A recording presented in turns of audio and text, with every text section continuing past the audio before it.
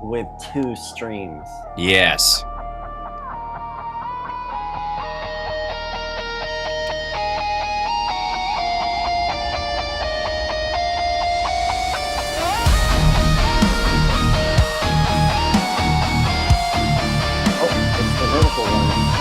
Oh yeah, well they're both. It should be both. All right, well, I'm in the wrong one. Get out of there. Okay, and then get Instagram up. Bow, pull tight, crown like Cool winter light, scrolling hands, 7 seals, every word cuts and heals.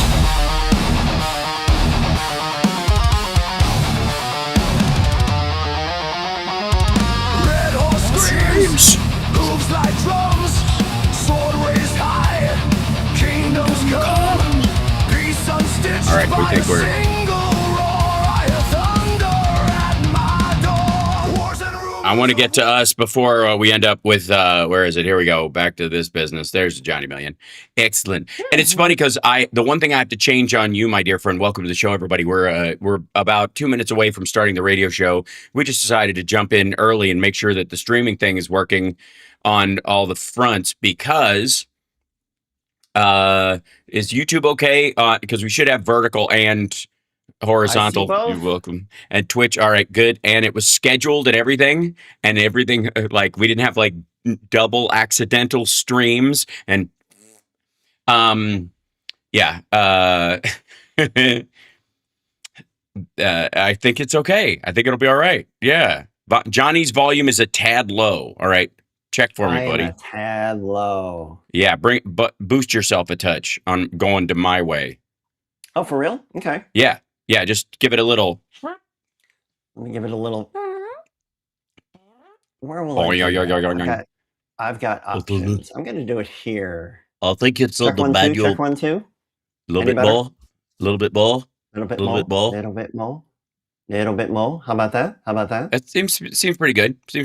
All right. Sure. Yeah. I'll bring myself down a touch like that, and people can equalize at home. Maybe that'll be the way to do it. I want to now we have more than one mic on you, so is that okay? And then there's Chicago. Yeah, hold on, I think that mic's loud and clear. Okay, and then Chicago, we should be hearing them at this point. They've muted themselves, but we should be able to hear them at any given time going forward in this business and whatnot. And then and I need this. I need to create something like this in a folder that says fact warning. This is good. Beg your pardon. Sliding so doors. Close to getting rid of this awful. For sliding doors. Oh, did Miss Million come by? Yeah, she was walking by. She's doing her Saturday morning thing, and I just thanked her for giving me the heads up on sliding doors. Oh, that's very sweet. Hold on, let me turn these on. We had a very nice. Ladies and gentlemen, can I please have your attention? And I need all of you to stop what you're doing and listen.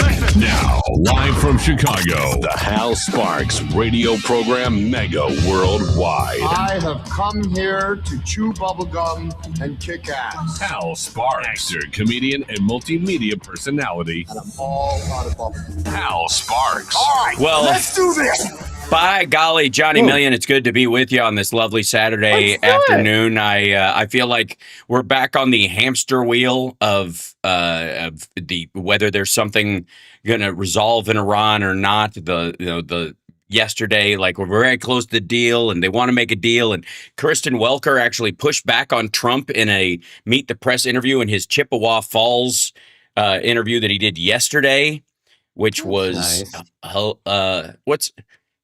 Hilariousing. What would be the match between hilarious and embarrassing? Hilarious. Yeah. It's hilariousing. Embarrass. It was embarrass. That's what it was. Ooh, embarrass. That sounds much more like an adverb.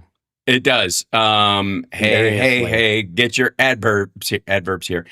Yeah, he walked out of it, I guess. He was supposed to do a 90-minute interview, and then they had sound issues, and then he split after one point. He had very important governmental issues, things dealing with government, the same things that kept him from going to his son's wedding, besides the fact that he hates his kids. And I don't know how you play golf on that course where your mom is, where your where your mom is buried and think, I'm next. If I die before him, I'm going there too. Like, he's just going to put us all together by the 8th hole, not even the 9th or the 1st. And anyway, so he split out of that interview, but the primary thing was mainly because she was being a big meanie and pushing back on the absolute lack of a deal. And she kept bringing up something that I was very proud of her. It was a moment. Like, we haven't had the best luck with Kristen Welker in these situations. It's been a lot of puffery and smoke blowing over the last couple of years, especially in the campaign period, where, not a lot of the, sharp elbows as far as the questions that I would say the candidate / president deserved. But, better late than never, better safe than sorry, better smart than stupid. I don't know where we are in this arc, but it will do. That she brought up one of the primary questions besides the big question of who. Of course, we're making a great deal with it. We're talking to Iran. We're talking to them. We're talking to who are you talking to? Who are you talking to is the biggest question. Who are they? How do you know that the people you're talking to can actually enforce the deal, or convince the people who would enforce the deal to actually enforce the deal that you make with them? Or how do you know? How do you know that you're not, like, if they're going, okay, I'm here speaking on behalf of Iran, just sign check, and we will take the check back, and all is good. Just release the $12 billion. Did you see the Onion article about how Trump signed strongly worded check to Netanyahu? Right. That's exactly where we are. So, like, some people just, like Janusz Poha from Ghostbusters 2 is sitting there going, I am here to signing for Iran. and then Trump's like, we made a great deal. They took the check. It's all clear. As soon as it clears on Monday, the war will be over. And then, of course, it wasn't them. And the person that he gave the check to is just vanished to an island someplace to, help Epstein get his third facelift after escaping prison in 2019. But the point I'm trying to make, on pinball and chewing gum. The big question, who are you talking to? How in the world, who and how? How do you know that the people you're talking to can actually enforce a deal if you got one? And what? Who are they? Who are the actual people? Okay, it drives that part nuts. All right, same 3 letters just shuffled around. Who and how? The who and how. What's up? The other big one is Trump's big thing about they're dying to make a deal. They want to make a deal. They're dying to make a deal. He says this over and over again, which I think is his misreading of a euphemism that someone like Stephen Miller said around him in the White House. Like, ha, ha, ha, they're dying to make a deal.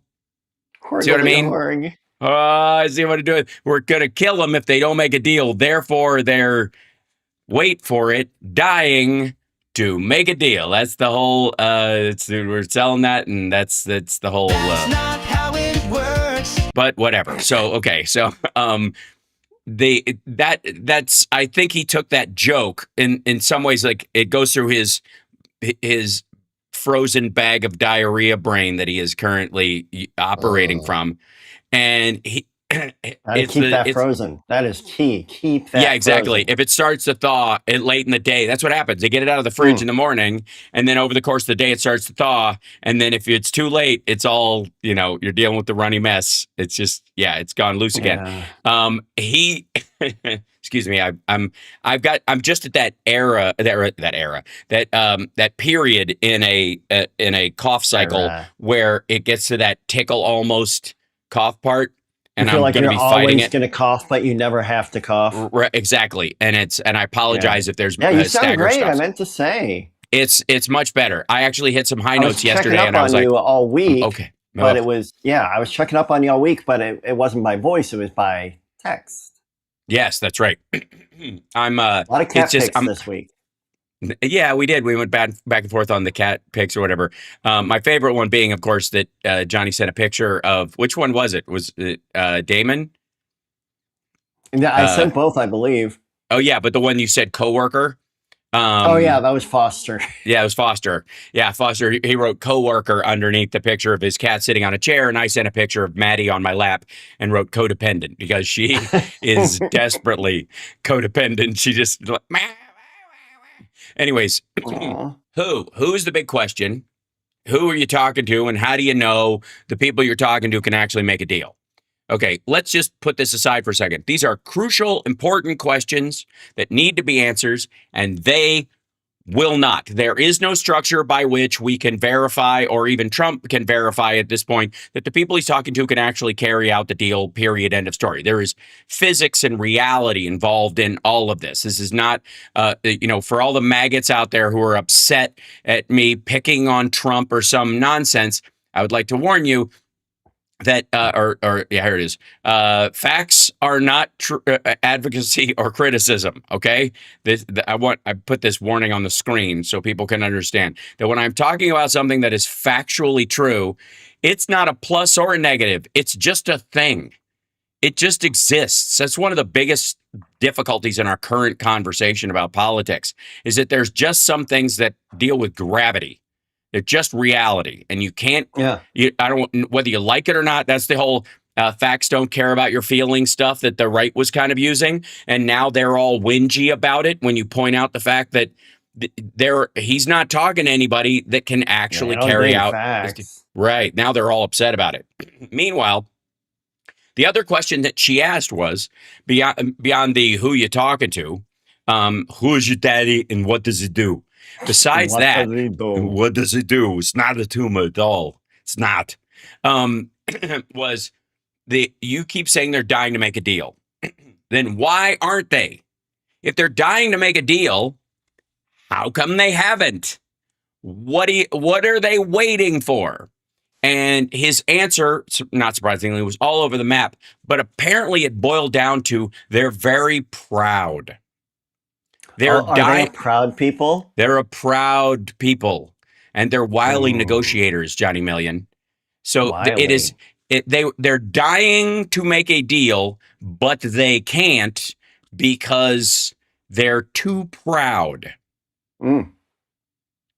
That's where that is the current state of the Iran negotiations. So I would like to point out again before we go to break, to my dear friends in the news media and in the pearl clutching world of online chit chat, please stop.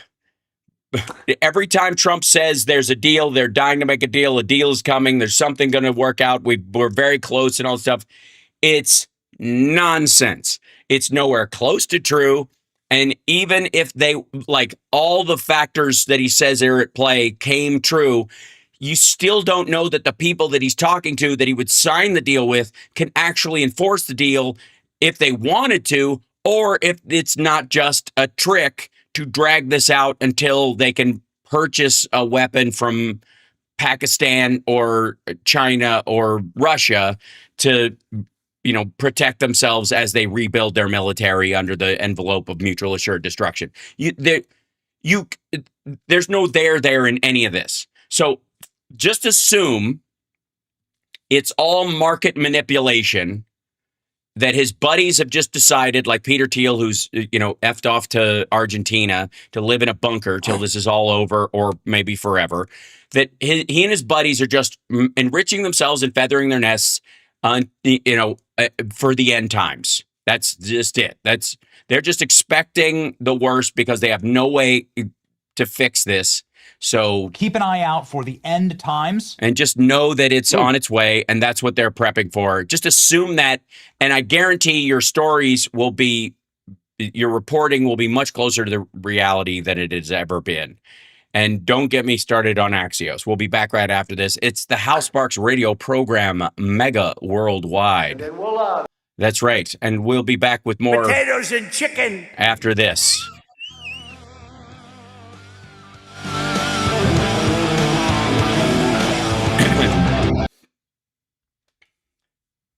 This is do you have any potatoes and chicken? Potatoes and chicken. And now it's a good commercial moment for. It's time for a shameless plug. Oh yeah, it's shameless plug. Yeah, I've got one. All right, Johnny Million has a shameless plug. What is Johnny we're Million? RPM is playing at the Goat Village in Norridge, Illinois tonight. We play first. Be there early. Shows at 8. We're Love playing 75 minutes of rock, punk, and metal. Rock, punk, metal. I see. That's what the RPM is. Yeah. As opposed to HSRPM, which is Hal Sparks' radio program, Mega Worldwide. Mega Worldwide. It's almost like in 40 seconds, guys. Thank you. And we're in San Jose. Nerd Halen's in San Jose next Friday, in California, and in Denver, Colorado, July 31st. And yeah. And I have a new single on all your streaming services. Blue Marble. Hell yeah. 01. Yep. In 20 seconds. Ugh.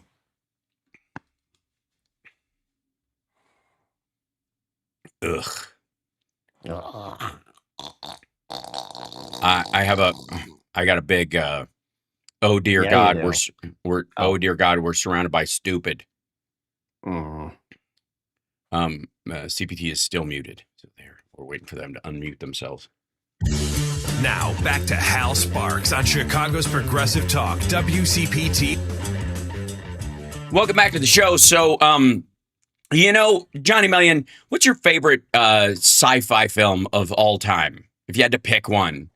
I know it put you on the spot, but like, what's a really good one? Like, I'm a big fan of Edge of Tomorrow. I think it's the best time travel movie. Oh, golly, good. In a long really time. Good one. I might say like The Martian. But The Martian's great. Yeah, sure. More sci than fi, I would say. Yeah, a little more grounded. Heavy, that tells me a lot about you as a person. It's very good. If you're going to go completely into the sci vote, John, I would go First Man. Ryan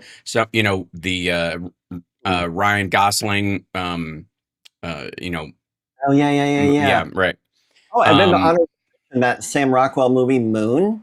Oh, Moon's lovely. Yeah, we love anything with Sam Rockwell, and he's such a lovely, sweet guy who should be a lead Marvel character. And I'm mad that because he's so talented and fun that they made him a villain, and now they can't fix that. Although now that Robert Downey Jr. is playing Dr. Doom, I'm just saying there might be room for. You can do anything you want with that. Yeah, multiverse him. Yeah, give Sam Rockwell his own thing. I like it's. He should have been. If it wasn't going to be me, he should have been Moon Knight because of the character and the later Moon Knight is insane and is what makes him kind of fun. Anyways, I didn't know that. That's cool. Yeah. He's a bit Captain Jack Sparrow because his brain's a bit cooked, being left in the desert. Oh, that's awesome. Yeah. So, but sci-fi, let's stick with that for a second. I have a chip on my shoulder about some sci-fi stuff because I'm such a big sci-fi fan. My favorite movie is Blade Runner. Overall, it is my favorite sci-fi film, but it's also my favorite movie in general. Obviously, I'm named after the computer. I'm named after the computer in 2001: A Space Odyssey, which again, it bounces back and forth side to side depending on how you think about it. And of course, my favorite animated film is also a sci-fi film. It's Ghost in the Shell. I don't know if you've ever seen the manga movie Ghost in the Shell. They remade it with who's it? Scarlett Johansson. Yes, with Scarlett Johansson. And everybody got mad because she wasn't Japanese, even though the character in Ghost in the Shell has blue eyes and is basically race is out the window in that is kind of the point. Yeah. So it's a little strange that everybody in the Japanese manga cartoon has like curiously painfully round eyes, oddly, almost like post-surgical round eyes, like Secret Life of Pets round, like Finding Nemo round, like Inhumans. Anyway, so everybody got really mad about that when they didn't get mad about blue eyes in the Japanese character. It's silly. This is insanity. People are, we've got lots to be mad about, and that stuff ain't it. But anyways, they did an okay job with it. Kind of missed the greater point of, is it alive? How much can I change my body and where I cease to become human? Where if I have so many robot parts, what if they cut my soul out? Is the big storyline in that. And then, of course, how human are the replicants if their memories are fake? Does that matter? Right. If you woke up today, because there's a simulation theory, Johnny Million. We live in a simulation. Oh yeah, but there's a specific strain of the simulation theory that you don't have a past. That today is the first day. That everything you remember is just part of a simulated program. That you are literally starting from scratch. That's exhausting. Yeah, that'll wear you out. Anyways, so I love those are philosophical exercises. I love them, but I also have a chip on my shoulder, as many people know, about some of the sci-fi movies where they missed the mark. They got that late 40s, early 50s thing where we're afraid of science, so therefore we create a boogeyman out of science that is, the old, like, they gave me the hands of the strangler. They electrocute the strangler, but they decide this guy had no hands, so they decide to give him the hands, and then at night his hands crawl him across the floor and make him, put on his clothes. I saw that documentary. Yeah, right. It's called Body Parts. Oh yeah, ew. So I don't know that I've ever Googled that, and I'm not about to start. But the point I'm trying to make is pretty that darn good. It's a strong PG-13 horror movie from the 80s. Yes, but they always do this, like, they gave me the hands of a strangler. Everyone I see, I want to murder because they gave me the eyes of a murderer. These kind of panic things, and that goes out also to Terminator, which we, a lot of people enjoy, I myself, but the big flaw in the story is Skynet, as if there will only be one, right? The idea was, it was very America-centric, and as you would, but it was during the America as villainy storyline that started building in the late 80s, where, the CIA and MK Ultra and all that kind of stuff is behind all the bad in the world, and therefore, we're gonna create our own problem. That's where all the Iron Man stories come from, where all the villains are created by him accidentally, on purpose, sort of, whatever. It's very strange. Anyways, point being is that I have a chip on my shoulder about those kind of like fear-based things, that there's only going to be one Skynet, and that the Chinese won't have their own Skynet, and the Russians won't try to have their own, and that's the problem we really have, which would be worth talking about. That part. Yeah, they're never going to come up with that. It's silly. They're too dumb, right? So when in reality, right now especially, there's and everybody's the other big story, handful of billionaires run these top companies, right? That when you think about it, Elon Musk, Sam Altman, Jeff Zuckerberg, that's who you think about run the AI companies, and they are making decisions that will control all of mankind. Not that these three idiots are in competition with each other and really don't understand the technology that's right in front of them. So what my point is, if I have one, and I think that I do, is that at the crux of probably the most intellectually intensive hinge point in human history in terms of technology, we are surrounded on all sides by the big stupid. That the people in charge of a lot of this stuff, especially in government, are brutally dumb in the face of this. And so Donald Trump released this, he signed another EO, an EIO, about AI and its use in the military theater. You didn't understand.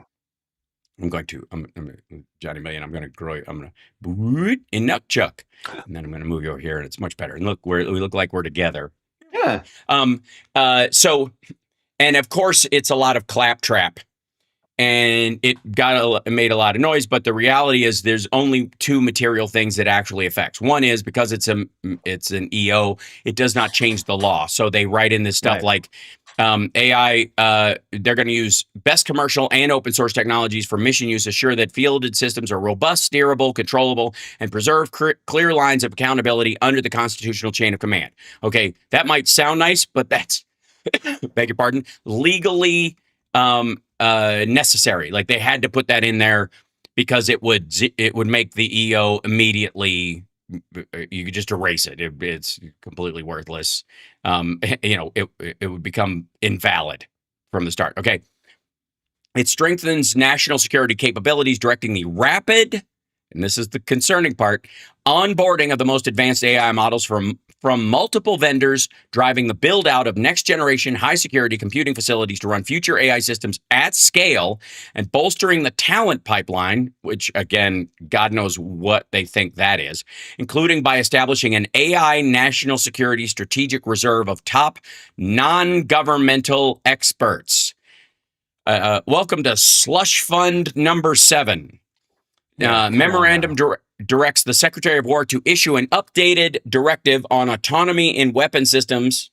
Yay. And requires annual review of key guidance. Yeah, every year. And think about how fast AI is advancing, and they're gonna circle back yearly on where this stuff is. And requires annual review of key guidance across the national security enterprise to keep pace with the rapidly advancing AI frontier. Let me just tell you how stupid that sentence is. Annual review of key guidance across the national security enterprise to keep pace with the rapidly advancing AI frontier. We've had 4 new models in the last 3 months. Annual review of key guidance. Mm-hmm. First of all, you need monthly review of specific targeted guidance to keep up with the pace of change in this technology. You idiots. So, all right. Anyways, then the memorandum directs departments and agencies to ensure that no entity, commercial or otherwise, can disable, degrade, or modify an AI system that American warfighters depend on without prior approval. Which, again, why would you want them to have the ability to disable, degrade, or modify it through them? If you're using it, it should be in the hands of the military, not, like we're not outsourcing it through a server they have. It's right. This is how stupid. How stupid? This stupid. It also offers new partnerships with willing private sector companies to secure America's cutting edge AI against global threats. Generic nonsense so that he can throw money at Eric Trump and his ridiculous whatever, his drone company and his AI offshoots. And believe me, this will cover Trump Media and Technology Group. The T in Trump Media and Technology is they're going to build their own model, and he's going to license it back to the United States by the end of the year. Just know this. One of the ways they're going to salvage TMTG is they're going to create their own national security model that will suck and will be easily hacked, and it won't matter. And he's going to license it back to the United States. Count on it. It will give him a contract big enough to float the entire organization. I'm just telling you. And that's why you got to vote for Democrats this fall. Otherwise, it will get cleared and that money will be out the door by November 15th. We'll be back right after this. It's the Hal Sparks radio program, Mega Worldwide. So dumb. It's so dumb. It's such the dumb. It's the democracy, stupid, with Edwin Eisendrath. The Oval Office, the inner sanctum of the executive branch, after all, is now draped in gold leaf. The site of the former Rose Garden has been paved over. I'm muting them. I muted them for a second. The memorandum rescinds and replaces the Biden administration's NSM, National Security Memo 25, an outdated document that burdened American AI adoption with ideological mandates and fostered dangerous single vendor dependencies that left our war fighters exposed. Again, this is we're just cutting off anything that has Biden or Obama's name on it out of spite. Right. Because nobody even read it. the weird part is, that thing where they were kicking Anthropic to the curb. My whole body is. Hold on, I'm just checking the mute on Chicago. My whole body.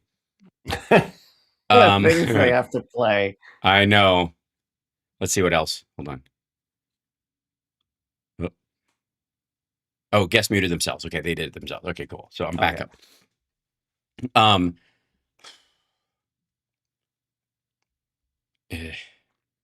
50 seconds, guys. Thank you. The other part was, and this is more what this had to do with, was that in this memorandum, it's also that AI, the national security enterprise, will never develop or deploy AI to censor free speech, embed ideological bias, or conduct unlawful surveillance against the American people. Civil liberties and constitutional protections are non-negotiable. Okay, first of all, the national security enterprise, and again, this is a memo, not a law. So as soon as you don't need it, it's more of a guideline than a rule. Yeah. This is all just to make maggots think that the Biden administration was trying to pants soldiers on the battlefield. Hal Sparks on Chicago's Progressive Talk, WCPT. Philip Bittner will be joining us in the second hour today, Johnny Million. But I don't know that we ever got to what your favorite sci-fi film besides The Martian was. That was very and body parts. I guess that qualifies. It's more like sci-fi horror. I threw out the Moon as well. That Sam Rockwell yes, movie. That's right. That'll work as well.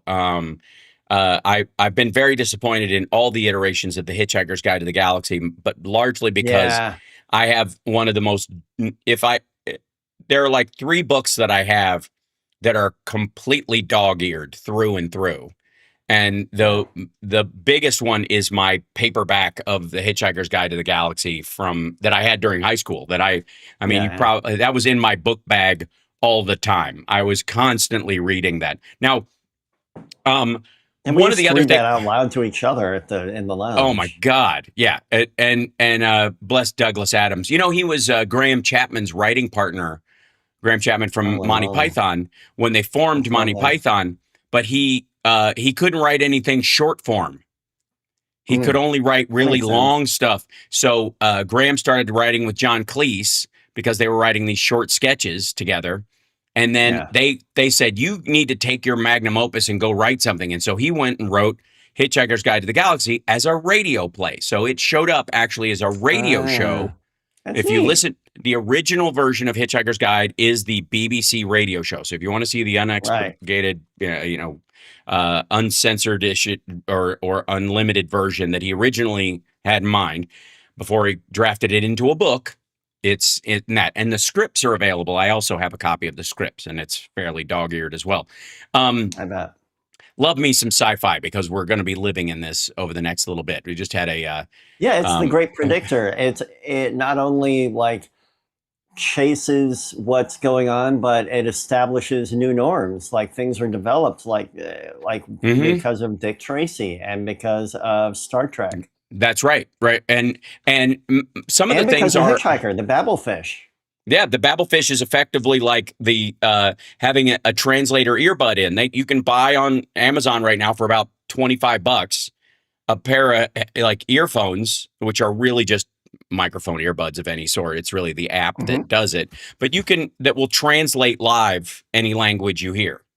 That's a thing. That exists now. That's wild. That is the kind of thing that you could have made a Bond film about in the early 80s, that if somebody had control over that, they would be unstoppable, right? There's so much of that in AI right now. And again, we are absolutely overwhelmingly run by morons at this point in history. It is so frustrating to see this because, again, and this is why I put up our little fact warning at the beginning of the show, is that, and I made this specifically because of Friday Eye to remind everybody that just because I'm telling you the reality of something isn't me advocating for it or criticizing it. I just want you to be able to draw your conclusions from reality in the situation. News is news, baby. Yeah, it whether you like it or not. And the question is how you respond to it. There are no partisan facts. There are only or partisan problems, as it were. There are only partisan solutions.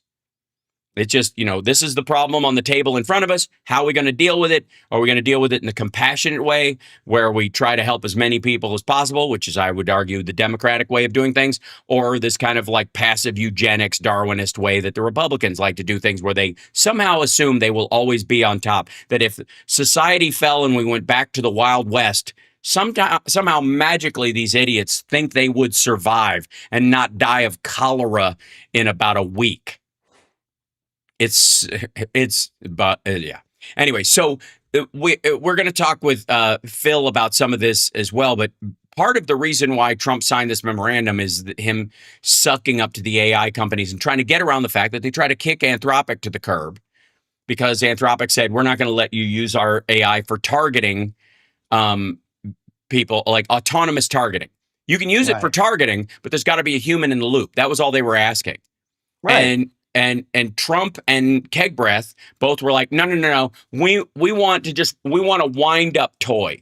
We learned, like, what we learned from Terminator is if I guess if Sarah Connor had died in the first 10 minutes, we could have gone back to, watching home movies of Ivanka dance in a summer skirt, something.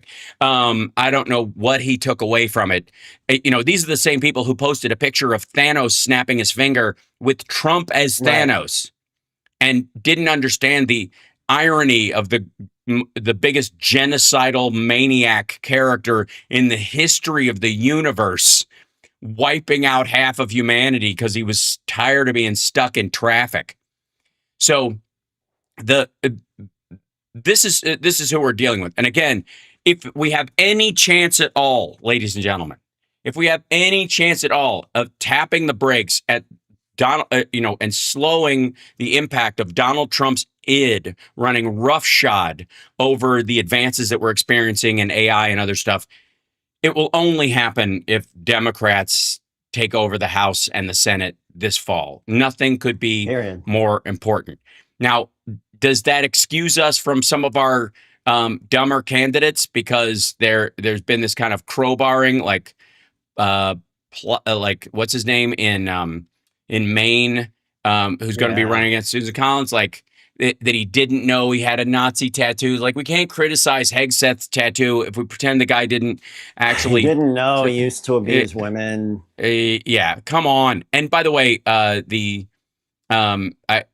what's her name? The former, was it Lieutenant Governor? I believe whoever is, or the governor rather, she just suspended her campaign. She didn't leave. So she's basically waiting for him to rope-a-dope his way out. Whatever happens, though, we're going to end up voting for the Democrat in that situation. The problem is we're going to be in a situation where we as Democrats are going to have to live up to our standard and more than likely ask him to step down and move on so that she can be appointed in his place until a special election can be had where she'll win in a landslide because she's already won statewide office. So this is, I understand the push for a new young guard that talks the talk of progressivism, but unless they walk the walk of it, and their version of quote unquote progressivism doesn't involve A, actual progress, and B, throws out this whole, like, you can't make an omelet without breaking some eggs. And the breaking eggs they're talking about are the poor people who will be downstream while you collapse a system you have no replacement for. If you don't have a replacement for the ACA except yelling Medicare for all, no matter how much you think that's a great idea, unless you can actually get that through, you don't take away the ACA first or allow it to be taken away because you put 24 million people on the back foot and take away their insurance. Period. End of story. I don't know how that is any different than Donald Trump's version of, I've got a great healthcare plan. I'm going to have it in 2 weeks. And so we got to get rid of the bad ACA.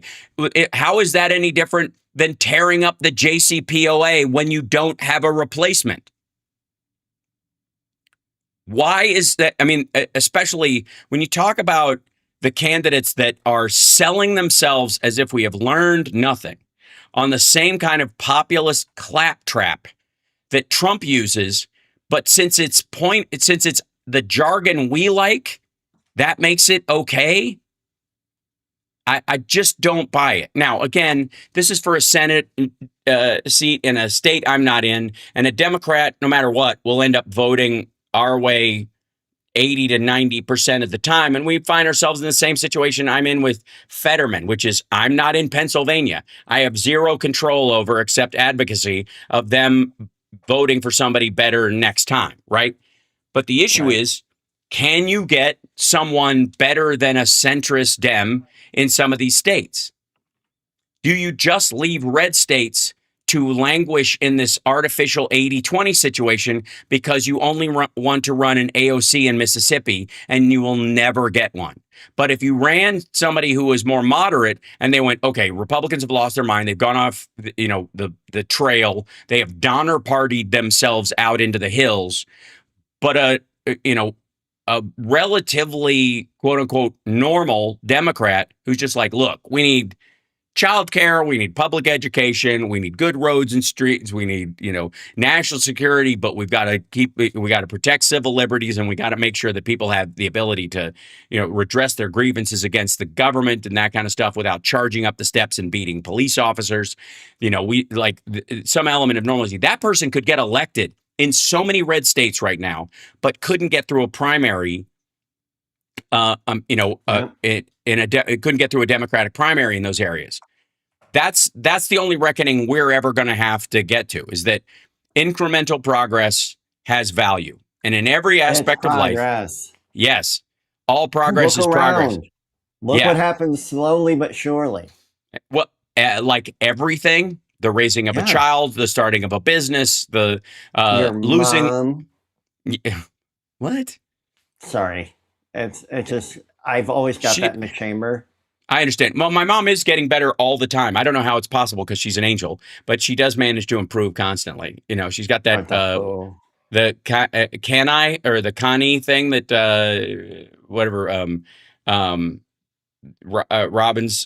Tony Robbins comes up with, the constant and never-ending improvement. Cannie. It's a little silly. It doesn't quite work. It would be, those kind of things. You can't, just because you can pronounce them, they don't work as for like words.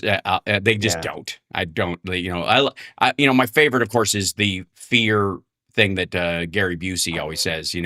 Fear. Hey, come on now. Fear is false evidence. Okay, that appears real, and it is dynamite. Let me tell you, that's he got that from a 12-step program. He did. He definitely did. He didn't come up with it on his own. Yeah, I've heard that many times. Oh yeah. It just sounds funnier coming from him. Oh yeah, and there's also face everything and recover. Or that's a little labored. Or F everything and run. That works. That actually, yeah. I mean, that basically is fear in a nutshell. Yep. Actually, this is fear in a nutshell. I'm miming. Very being Austin in a nutshell. Very. It's actually. Yeah. I was trying to think. Was that? So I married an axe murderer, but. We got it. We're already at the next break. Let's take a break, and we'll be back right after this. So I think at this point we've established a few important things. One is the news needs to stop taking the bait. There is no deal to be had, and if there was a deal in Iran to be had, you have no way to know whether it would actually be like verifiable and have any method of execution. And that, of course, we live in one of the most intellectually and technologically taxing times in human existence, with the dumbest leaders we've ever had. What could possibly go wrong? We'll be back right after this. It's the House Sparks Radio program, Mega Worldwide.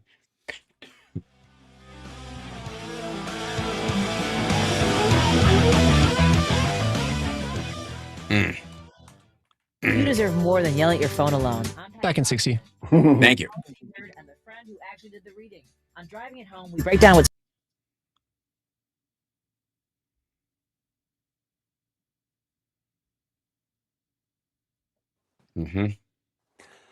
every now and how's then your Foster comes into my office and uh-huh. he starts digging around in things. And sometimes I'll head him off at the pass and be like, don't get it, because I know it's just going to mess stuff up. And Right. the other day, earlier this week, I was just like, "Just do whatever you got to do, my man." And I heard this huge crash behind Oh me. no. He had jumped. I had an empty backpack on top of my bass amp and guitar head over behind me, and I think he was trying to balance on the backpack, and it slid off, and Uh-huh. it hit. I've got this ridiculous Orioles like plastic MC chain that hanging on the closet door that sounds like a thunderclap every time you accidentally hit it. He he did not come back for the rest of the day. The Oh sound that no. all that Now stuff let's get made. back with Hal Sparks' radio program, Mega Worldwide. So Trump has been selling this idea for a while that as soon as the Strait opens, you're going to see oil prices plunge. They're going to go straight down like a rocket ship. Presumably he means like a Bezos or Chinese rocket ship. Yeah, I guess. Both of whom haven't had the best 6 months. And somebody just in the That's a chat just lot of money down the drain, my man. in all caps said, "Fascists fear Antifa." No, they don't. They rely on it in the same Yeah, way no, that that's their enemy. yeah, they count on, like, they're out Yeah. there. That's who we have to go after. We have to surveil everyone because they Yeah. might have. That's how they use that. That's how that works. Anyways, oil tankers are afraid that there'll be a rate crash in their shipping stuff if the Strait opens very quickly. This is part of the conversation that's been happening around this, because the idea is that, and I've said this before, there was an oil glut to start with. We are headed towards a situation where the vast majority of commuter cars are going to be electric over the next decade. That's the direction we're headed. It's not going to stop anytime soon. China imports 80 to 85% of their energy and food, which is a terrible position to be in for a small country, much less a giant one. Now, granted, their economy is half the size of what they said it is, and their population is half the size of what they said it is, if not smaller. Feel free to at me. China does not have 1.4 billion people. They don't even have 1 billion people. At best, they have 800 million, probably closer to 6. So, and their economy is not, 18 trillion right behind us. It's about the size of Japan's. It's probably around 7 trillion. It's nothing to sneeze at, but when it's that butter, that one pat of butter spread over an entire loaf or over one slice of bread. The reason the United States does fairly well economically, in spite of all the awful that goes on in the world, is because one pat of butter, we've got basically a slice and a half of bread to get it across. And it may get thin at the edges, but there's enough. China is the equivalent of having to take that same actually 2/3 that pat of butter and spreading it over an entire loaf. That's where they are. That's why it's, even though as much money as flows through there, it still can't catch up with the volume of space and the need for resources, especially spread out. Don't get me started on all the bullet train stations that were never opened that are literally just full of weeds. So the reasoning behind this, though, is that they are electrifying because they don't want to have to they don't have any oil. They've got coal, but even then they screwed up and they dug out these strip mining holes in the ground. Instead of caves, they dug these giant holes in the ground. And then there was flooding because they diverted rivers and they filled them up. So there are these giant black lakes in the middle of the country that are seeping like coal dust into the aquifers it's terrible. It's just terrible. And so they're going to need to, if their country's going to exist at all, even with all the problems I've just laid out, if they are going to have a functioning country at all, they're going to have to electrify their cars. All the vehicles, including trucks, all their shipping, they can't rely on oil from outside the country. They can't rely on us if that's where it's going to come from. If they stop getting it from the Middle East, which is the other, Trump is saying they're going to get it from Alaska or something like that. Can you imagine China being comfortable with being, downstream from what we feel like as far as giving them oil? You can understand why that leverage point would not make them very comfortable. So they are going to electrify their grid. By doing that, It's the similar situation with, better efficiency in Japanese cars, because Japanese efficiency standards, because it's a small island compared to the United States, exhaust matters more. So their cars got more efficient because they didn't want to choke on pollution.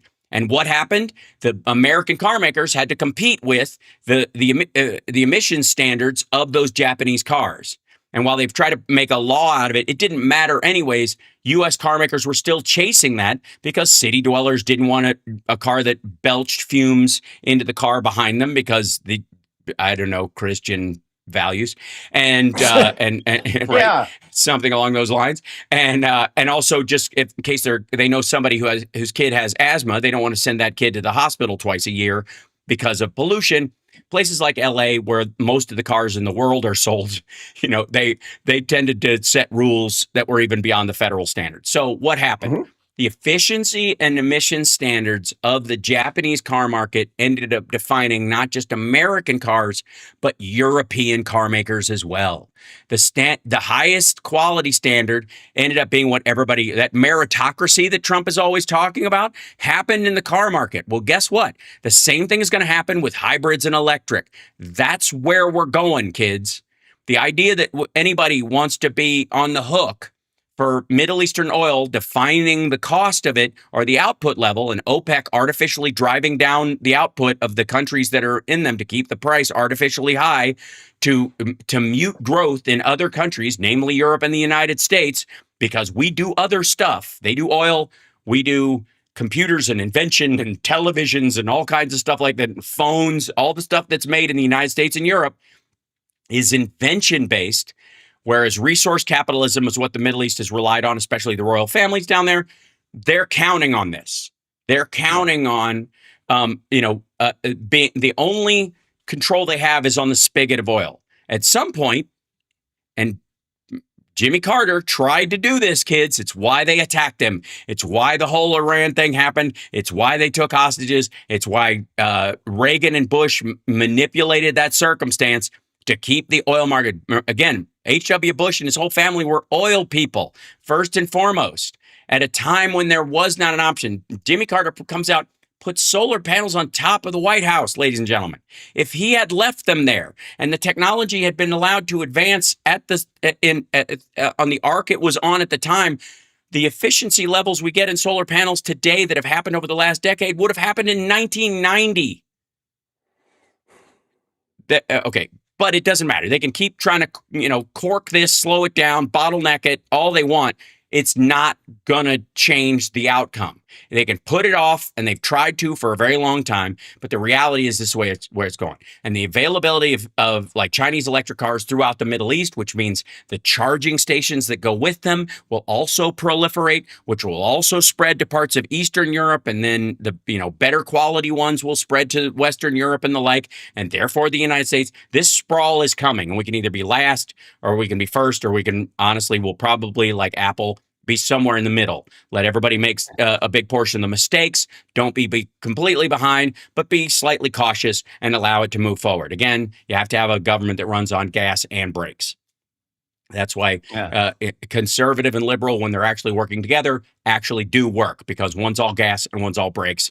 It depends on the environment.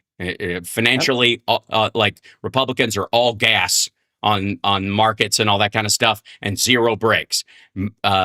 Progressives would be all brakes, and that neither one of those works. And if you don't believe me, read my economic paper on my Substack on Sparksism, the only economic theory that actually works. You're welcome. I stand by it. And step aside, Milton Friedman and Marxism. You're both idiots. Step aside, my friend. I've been doing this for years. Yes. I'm not going to put a little tiny man in my butt. I'm not going to do it, Johnny Million. In your butt, boogie in your butt. This is the second time we've talked about it this year. I feel like we're going to have to. I can't leave it alone. I feel like it's almost. You know what it is? It's one of those like ruffles. There's like a ripple in the force. Ruffle, sure. A ripple in the force. Sure, right. Yeah, ridges so that you can scoop more dip. Yeah, in the force where you're like, you know what? I feel like the future is coming. I feel like the post-Trump future is getting closer by the day. It's a good little ripple. Yeah. Yeah. Where you're like, you know what I mean? Where you're having little moments of nostalgia and moments of like, you know what? The future is right around the corner is going to be this kind of cool stuff. When your brain thinks those things, it's like it's like beings from the future are going, hey, hang on. You're going to make it through this little weird period. And then on the other side, it's going to be so much better. It feels like one of those moments, Johnny Million. Like when this is all over and you and I get to do a Saturday show, we're joking about, I don't know, Eddie Murphy bits from the mid 80s. Old Eddie Murphy albums, and we could only say like 20% of what he said. Right. Yeah. That are, to borrow a modern word, problematic by today's standards. And yet at the same time, not at all. He famously F-bombed gay people in the comedian special. He did, yeah. To make an early statement about you can be friends with gay people, which is, was talk about incremental progress, was a moment where up to that point, the vast majority of comedians that was a no-go. Look at, Sam Kinison or anybody else, but certainly black comedians over the previous couple of decades, that it was, that was a line that was as progressive as you got mid 80s, where you can have a gay friend, you can play tennis with a gay person, but blah, blah, blah. That, if you know that bit, right? Yep. Right. It's just what you do after. Yeah, that's the bit. That's the bit. So what's the message of that bit, as harsh as the language might seem by today's standards? Why can't you be gay? Why can't you be friends with a gay person? That's progressive. That's incremental progress, ladies and gentlemen, and a necessary rung in the ladder of gay rights. That's a key remembrance that I think we need to deal with. Philip Bittner's waiting in the green room, as it were, and we'll be talking to him on the other side of this news break that's coming up. Are you streaming today, Johnny Million, after the show, or are you just going straight to your today, gig? It's all about the RPM show today. That's very exciting. Is that the Chicago skyline across your RPM? It sure is. I think that's very smart. I like it. I like the style. You got it all firing on all cylinders, Johnny Million. All right, we'll be back right after this. It's the Houseparks radio program, Mega Worldwide. Like, subscribe. Patreon.com/Houseparks is a great way to support the show. I can't tell you how much we appreciate those folks. Those are crucial to us staying on the air. So thanks very much. We'll be back right after this. We don't get a dime of the ads that run on the station at all. So there you go. We'll be back. Yep.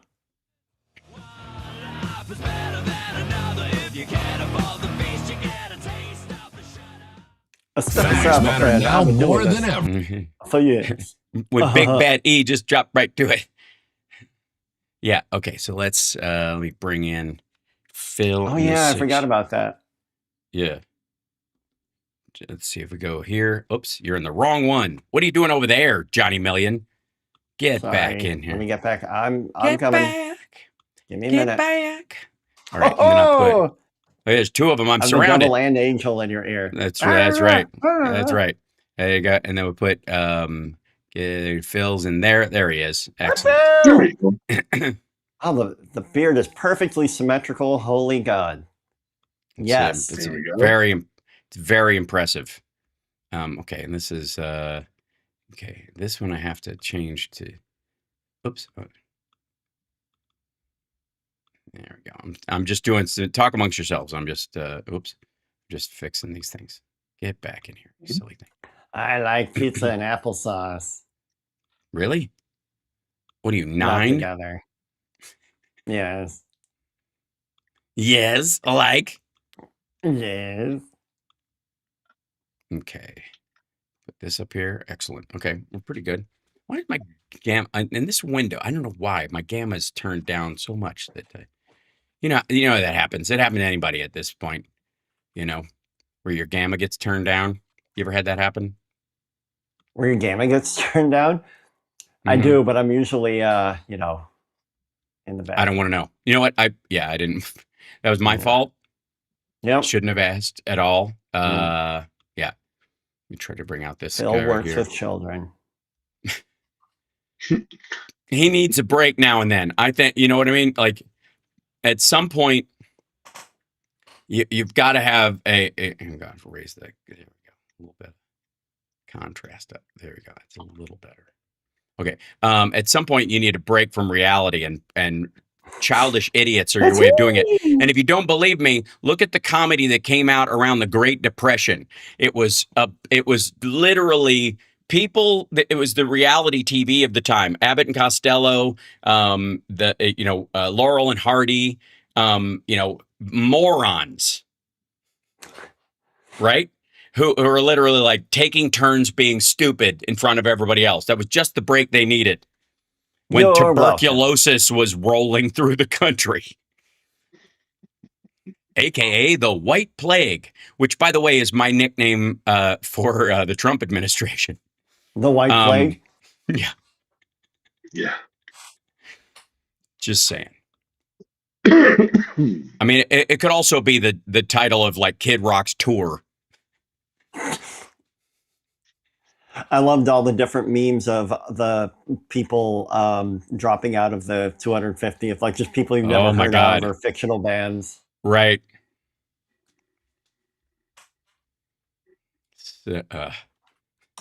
Right. 8 doors down. Right. You're listening to the Hal Sparks radio program, Mega Worldwide.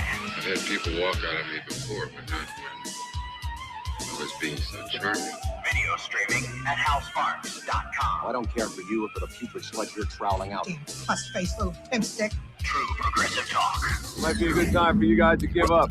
So, welcome to the show, Philip Bittner. We're so glad you're safe and well and with us. Host of On the Edge. Please subscribe to his channel, Philip Bittner on YouTube.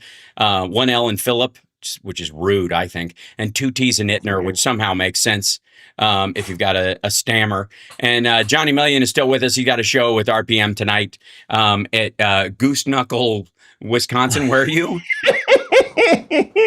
At Goat Village. That was close. Yep. Goose Knuckle sounds like a donkey punch. It's like, which is again a place that sounds like you would be you'd be opening. He's opening live at Goose Knuckles tonight. Yeah. So there's a lot that's been going on behind the scenes. So we're dealing with Iran, and like I said before, there is no deal. There is no sign there's going to be a deal. There is no talks going on in the same way that Donald Trump's BS about I could solve the Ukraine-Russia war in a phone call and it wouldn't have happened in the first place. All that stuff was and has been nonsense. If you want some sort of flag in the ground of exactly where we are geographically on Earth, Earth 13, which is made entirely of cow dung, and the Pont de Zero of BS Mountain, that would be Trump's I could solve the Ukraine war before I even take office, and it never would have happened if I was in. When, by the way, they were planning it while he was in office. Russia was going to go in his second term. He lost. They had to punt a year. That's what happened.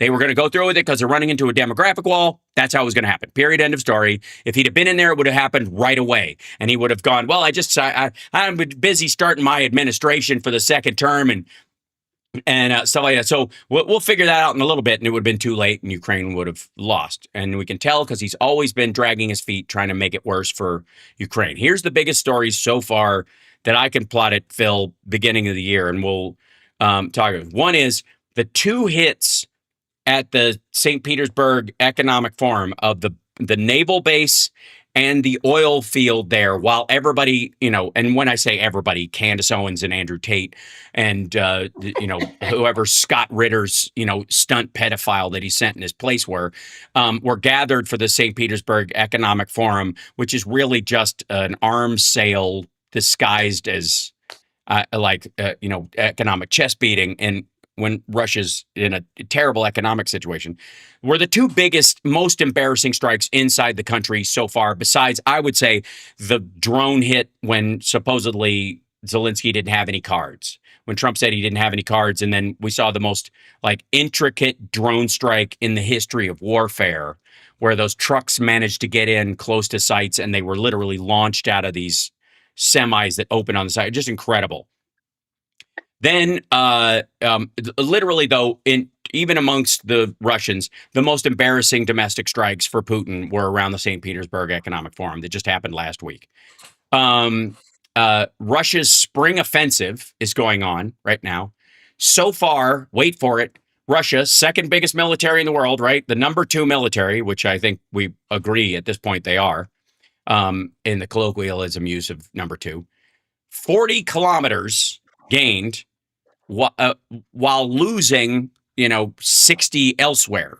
So trading land for land, it's been a net loss, but 40 kilometers in an area they think they've gotten. And then Zelensky sent this letter to Putin saying, we'd like direct talks, to try and show, the world and Trump that he's game for this whole peace talks idea, because he's still operating on the playbook of that before. And Putin rejected it the same day.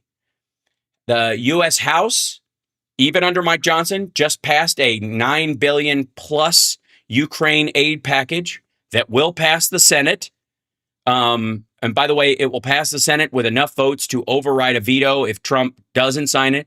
He more than likely will, because it also has supplemental stuff for our own military. That's how they squeaked it through. So that he is dragging his heels just to help Putin out, obviously, but also because his attention is on Iran and his own chemo treatments. So, yeah.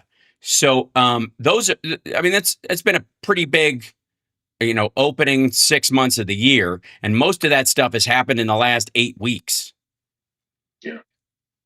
So it's no surprise that they have been bombing Kyiv, trying to scare everybody into thinking they're big bad Russia again, I guess. Yeah. Yeah. I hope, first of all, hi. Everything's, hi. Hello from paradise. I'm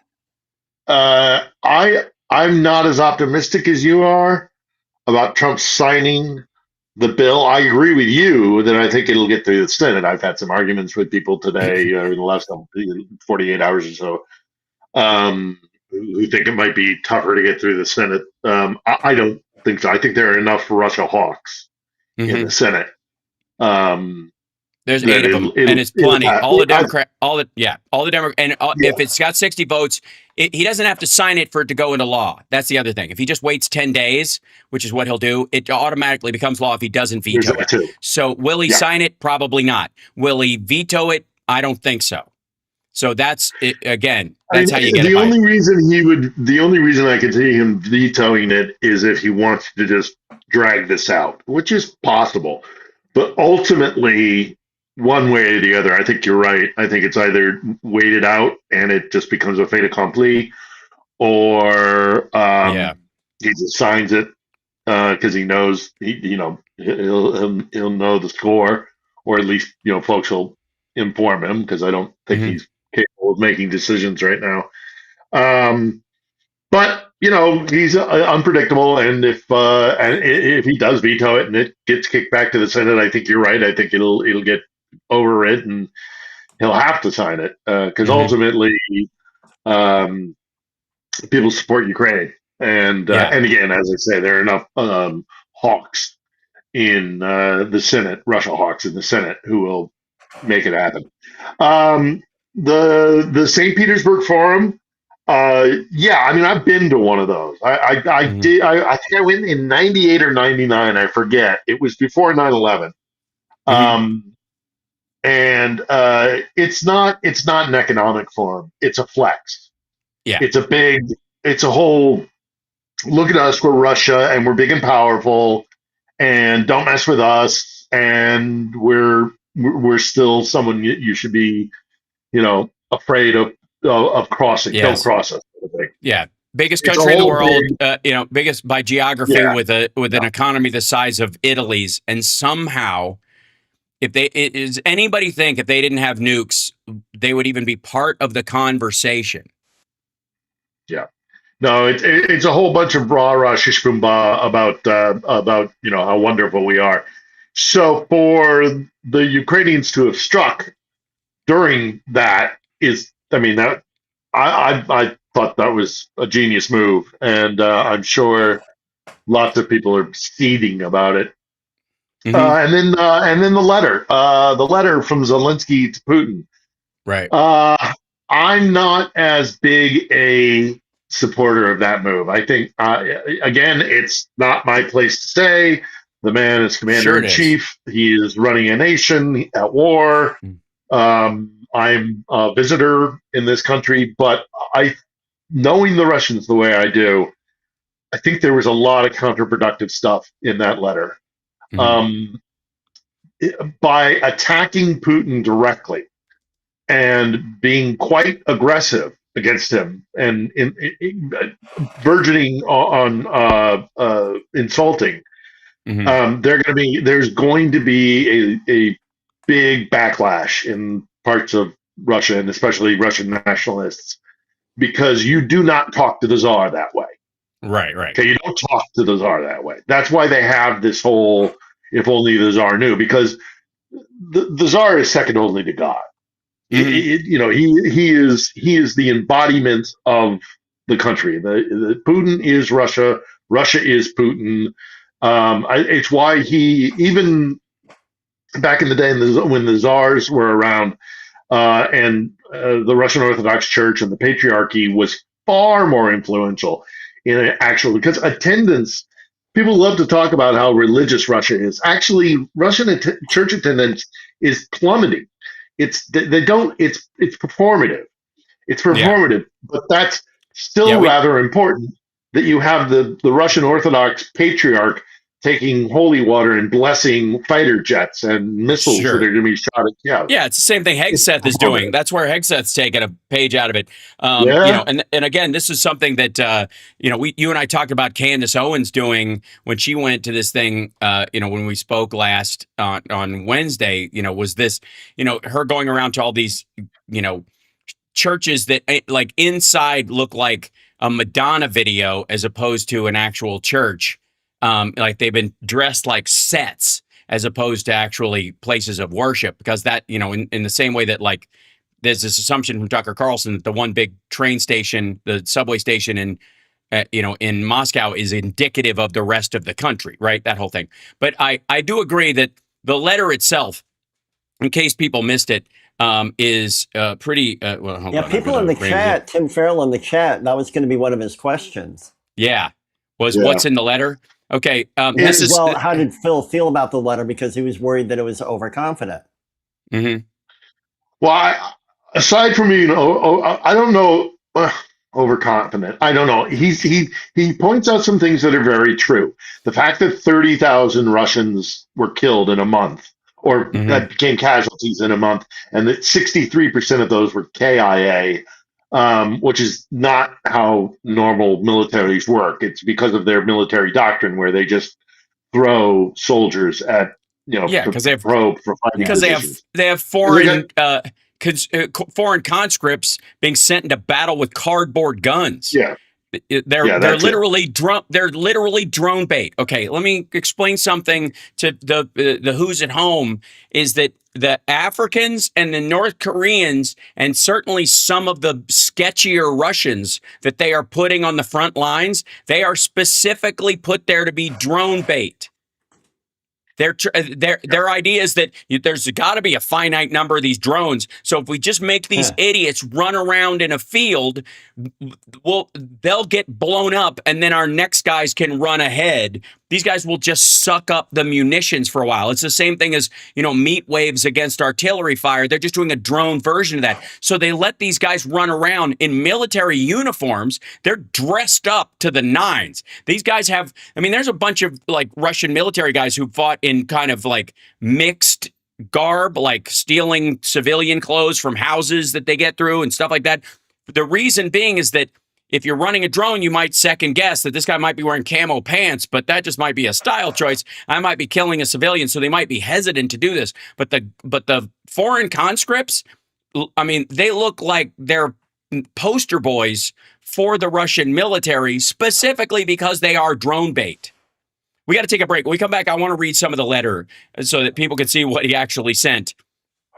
And to Phil's point, and how I don't actually think it was a letter to Vladimir Putin at all is kind of the point. We'll be back right after this.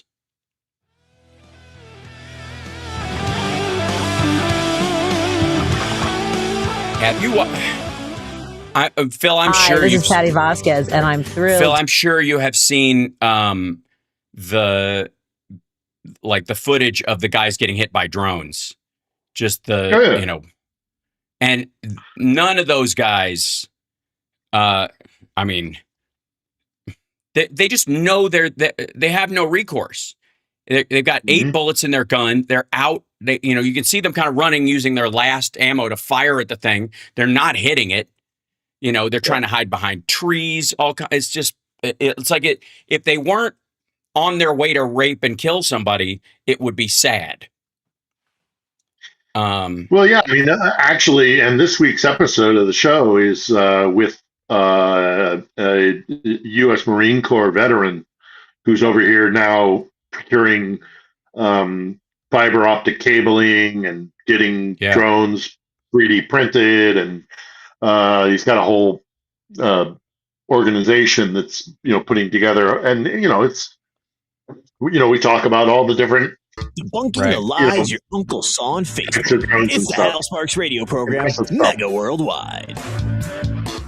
Yeah. So, welcome back to the show. So, I want to look at this the letter that Zelensky sent. It was an open letter, which I think is key to the point. Right. Let's understand the fact it was public and done in Russian and in English. Yeah, and I'm sure translated into everything else. When you came to power in Russia more than 26 years ago, many people in Ukraine viewed you positively. That is how it was, but that is now in the past. Now, the overwhelming majority of Ukrainians view it positively that our long-range drones paid a visit to the opening of your forum in St. Petersburg. Again, this is, he's dunking. This is a mass teabagging that is happening, covering a distance of more than 1,000 kilometers.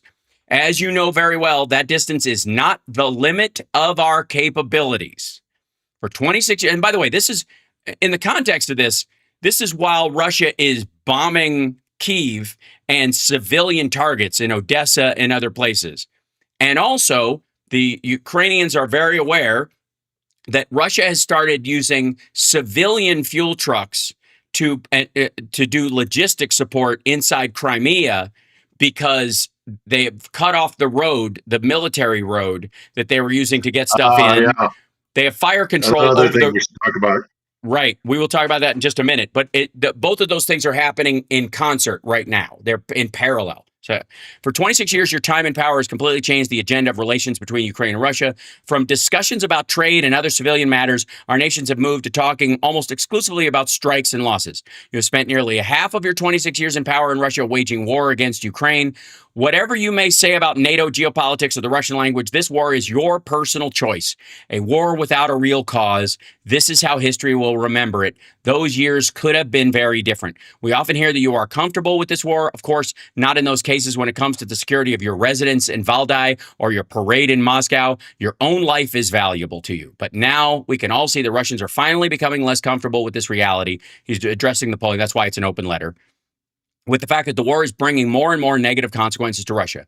They do not like our drones and missiles. They do not like gasoline shortages and constantly rising prices. They do not like constant restrictions. They do not like, which I think is to the point of like Telegram being shut down and the internet basically being cut off. The reaction, interestingly enough, is there's a lot of parallels between the U.S. and Iran war as well, with both sides kind of vacillating in their talking points around this. They do not like your intention to launch a second wave of mobilization in order to expand the war into another direction in Ukraine. That would be through Belarus, you think?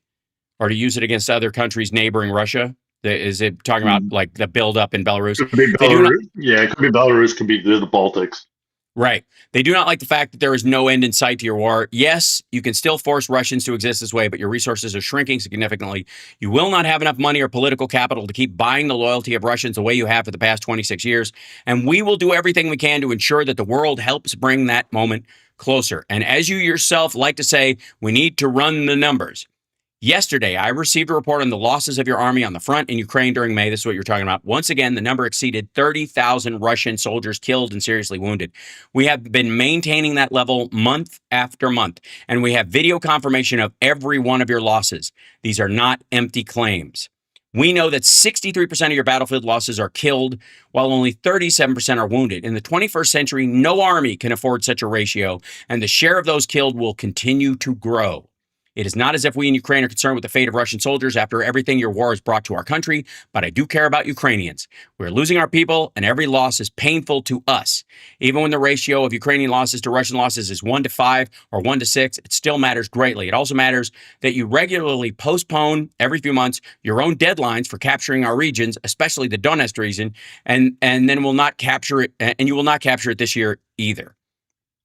But we in Ukraine do not want a permanent war. We know very well that life without war is infinitely better, and we want to achieve that. I'm convinced that the majority of Russians would respond positively to this as well, and you know it. Many, and then blah, blah, blah. And then it's about, we got to meet in person. This is where he turns it to, this is a PR statement, and hence the open letter aspect of it. Yeah, I don't think he ever genuinely thought that Putin would accept his invitation for a meeting. No. This was meant for a number of different audiences, and it will be very effective in certain sectors of Ukraine. But already there's a lot of criticism of it from Ukraine as well, because some Ukrainians as well, because and I've been hearing this for the last 2 years or so. Yeah, that Zelensky's ego is he's putting his own kind of cachet and ego before the idea of actually trying to end this war. There's a certain sector of Ukrainians that are less than pleased about that with him, and so it will be received welcome. It will be welcomed by many kind of Ukrainian, nationalists and kind of like guys who are ready to just fight until they fall down with they're either killed or exhausted. But there's another section of Ukraine that'll see it for a provocative letter to Putin, because again, you don't talk to the Tsar that way. Not that necessarily Ukrainians care how Russians feel. Let's get that straight as well. But provoking Russians and giving them ammunition to kind of, well, now we really have to hit those Ukrainians. And also, maybe they can't, even if they wanted to. Right. It might be that they just simply can't. Regardless, so I think that's one audience, the Ukrainian audience. I think there's an audience in Russia that he's trying to reach with the whole, like, look at how degraded your life has become, and then Putin has broken his contract with you, which when he came to power, he said no more chaos like the Yeltsin era in the 90s. And so he's, by pointing out all these things, I'm sure there's an audience in Russia that will see that and be like, hey, you're right. But again, there's going to be that other audience that's going to be like, you can't talk to our dad like that. And then internationally, I think that the final audience is the international audience, which may or may not pick up on some of these nuances, but they'll certainly see, that the Ukrainian leadership, and again, that audience that'll find fertile ground here in Ukraine, that they're still dead set on fighting. And that will send a message to the international community as well. But I doubt that people will think that this is a genuine offer. And the last thing I'll say about it is, even if it wasn't a genuine offer, and this is something that some of the Russian leadership has pointed out, is that, well, now we absolutely can't go to the table with you, because if we go to the table with you because of this letter, it looks like we're weak. So now we have to reject this. Even if had you done this privately, maybe we could have worked something out. But now that you've made it public, we can't come to the table because we look like the ones who are coming with hat in hand. It's a complex thing. I don't think it was a wise decision. I really don't. I frankly just don't. I think there are positives to it, negatives to it, but ultimately, I don't think he should have made that public. And but again, he's the commander in chief. I'm just an American visiting. Also, there's we run into this situation where what is the intel telling him about their current situation and the internal polling of the country, and is there a time? And certainly Trump's response seems to be that he likes winners and he likes being on the strong side of things. So this again, as an open letter. I mean, you can't tell if he's going to end up on your side, but if it makes Putin look weak at a particular time when Putin is also supplying logistical support to the Iranians in spotting our troops from satellite imagery and the like, this might be a good time to put Russia on their heels with their relationship with Trump by putting out language that he responds to. I mean, it's a gamble. You can't really tell, and there's some factors that you and I can't know as far as the intel that's available to them versus open source intel that we have some access to. That's the mix in this circumstance. So I have no doubt that in any democracy, certainly in any open country, there should be, and not even would be, or there's a necessity for. I think people who can openly disagree with the policies of their leaders and say so.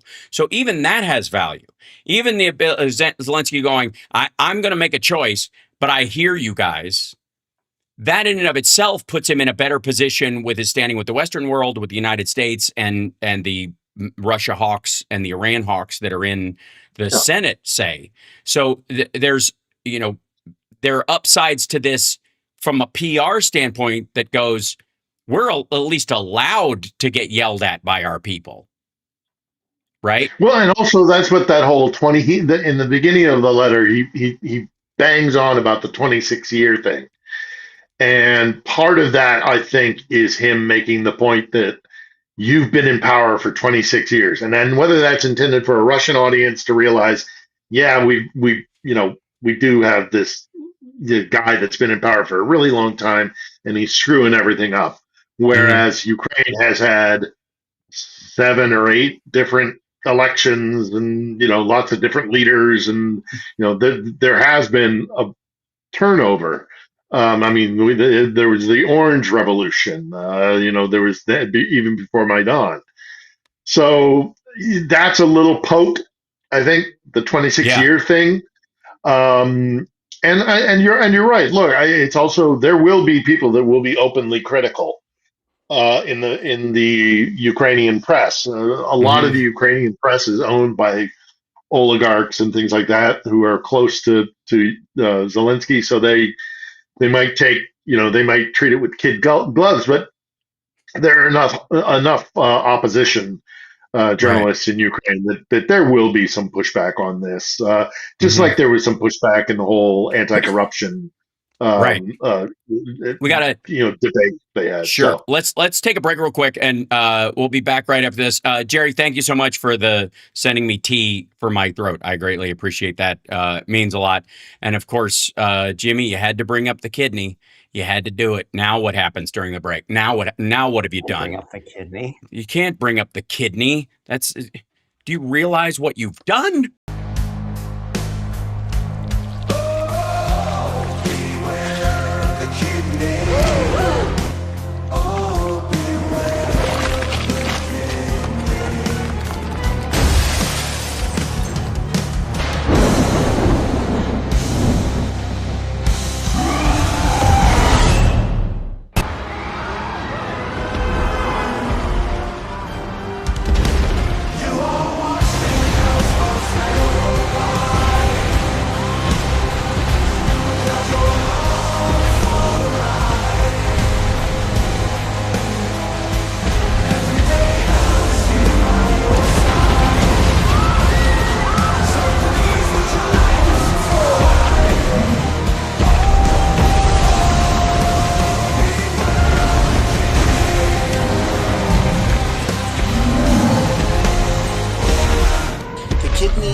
A very special place in the heart.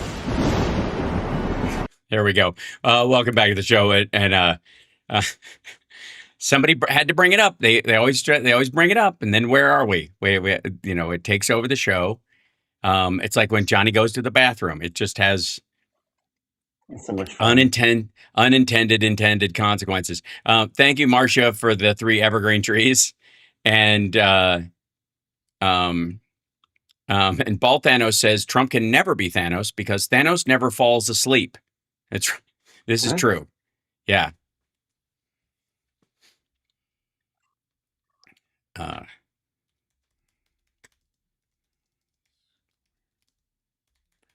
820, where facts matter.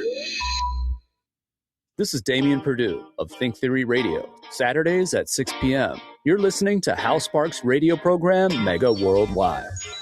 I'm going to float an idea, Phil, in terms of this open letter idea, that this is an extension from a like a PR or info war, infotainment war angle, if I may. Infotainment wars. Don't forget, like, subscribe, give a thumbs up, support the show. We don't need the documents. We have everything memorized.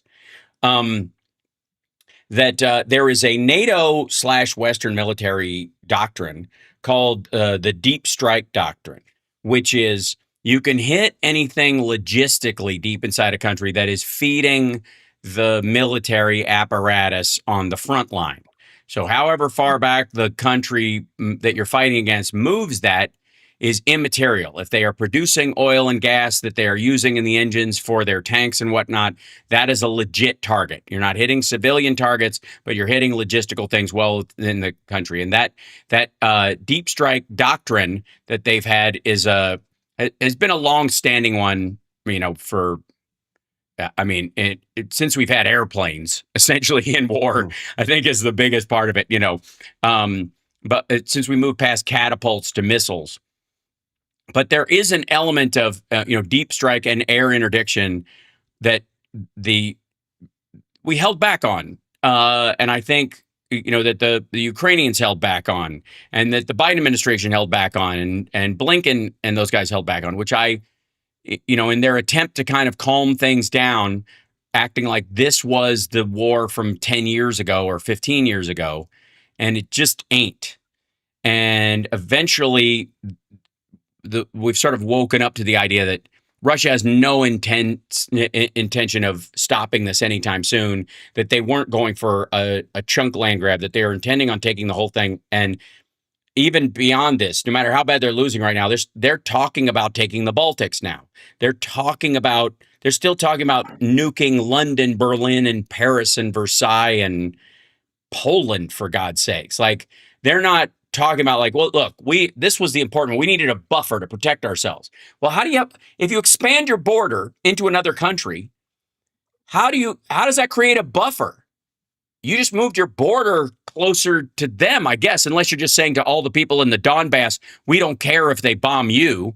We just don't want them to hit Moscow. Obviously, they're planning on continuing this role until there is no buffer in the Ruska Mir. Right? Yeah. In the Russian world. Yeah.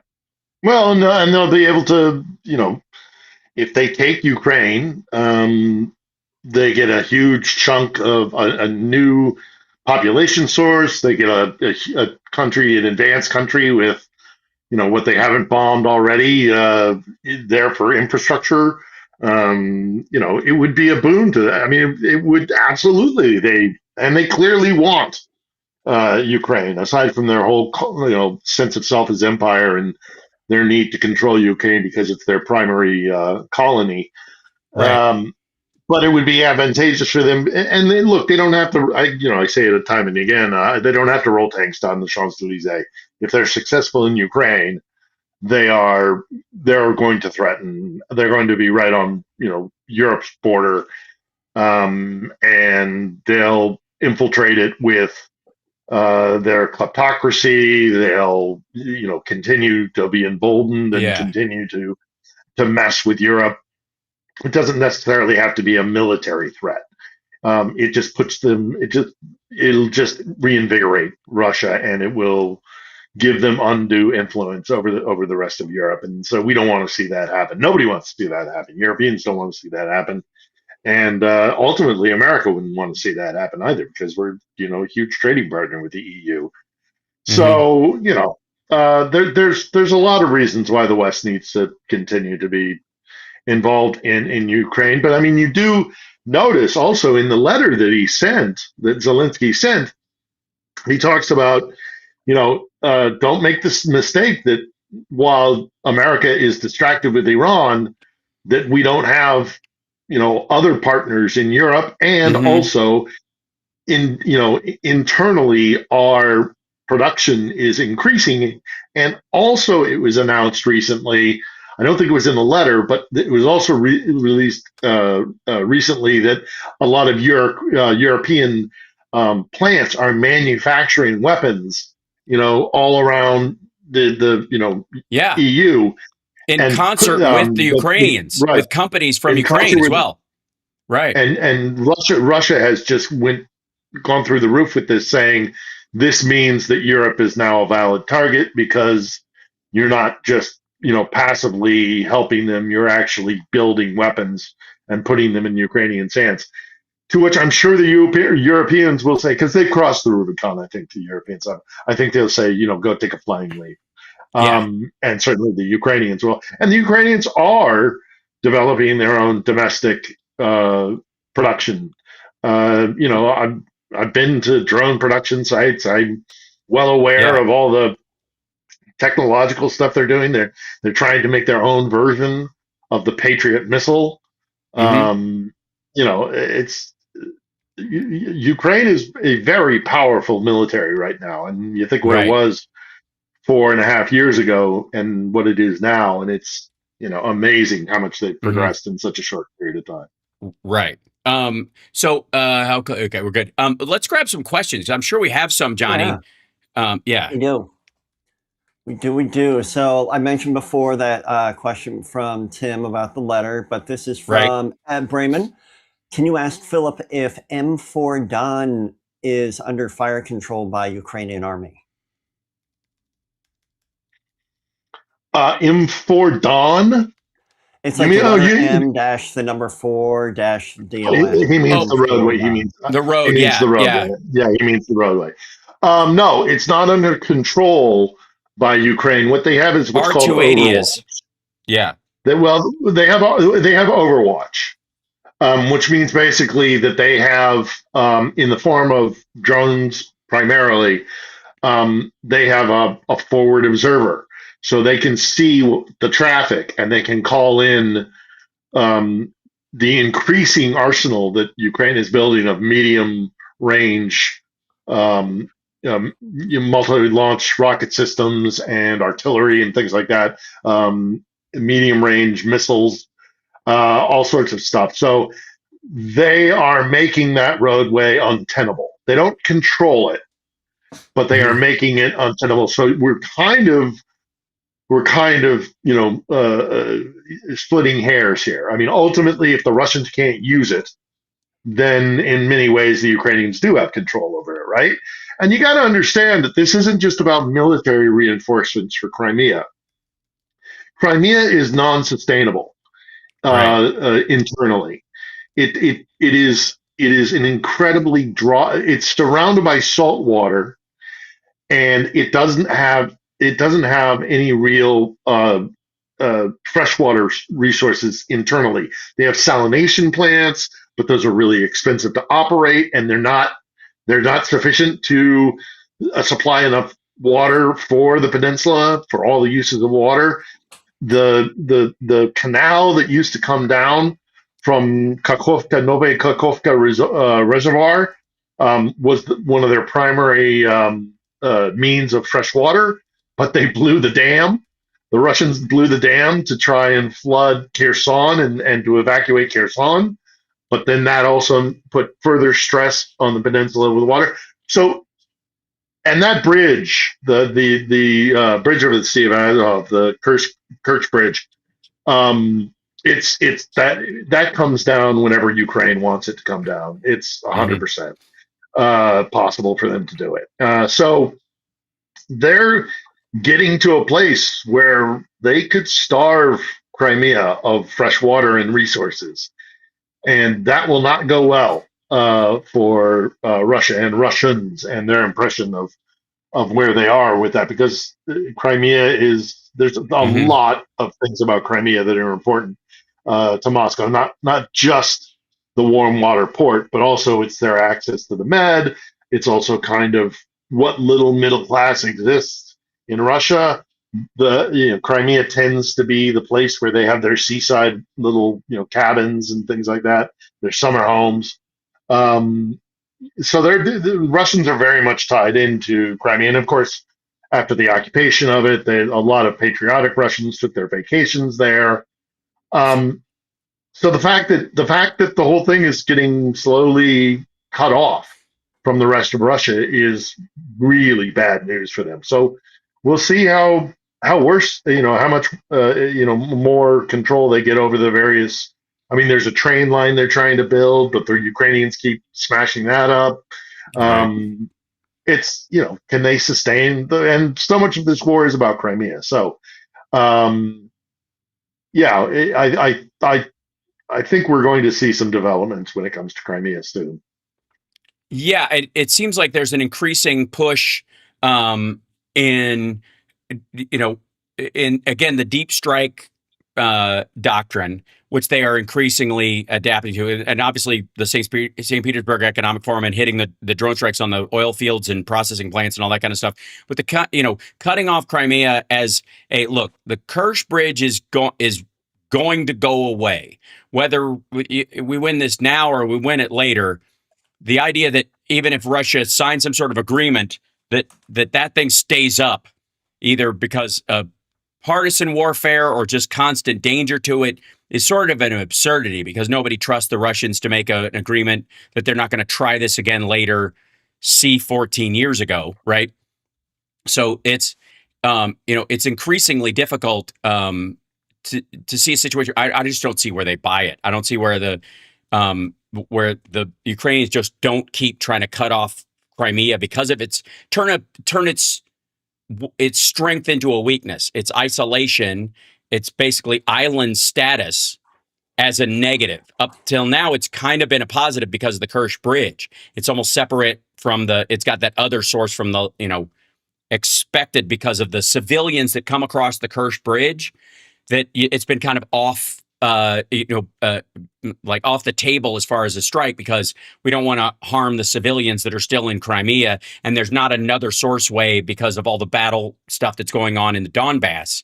So allow the Kerch Bridge to be this artery for the civilians that are in Crimea. But at a certain point, are there any civilians there in terms of, I mean, you don't want to blow them up, but the idea that they're not being sent there by Russia is basically just cannon fodder. Yeah.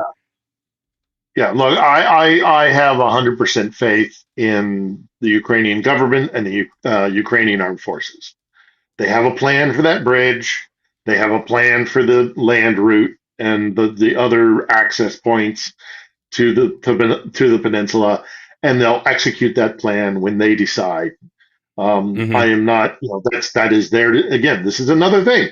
This is just another thing about being here as well, is that we in the West, this is something that gets under my skin a little bit, is that we are not ones to dictate to Ukraine how they fight for their independence. Right. We can support them. We should support them. And because of the support that we give, we absolutely should have input, and we can work that out amongst ourselves.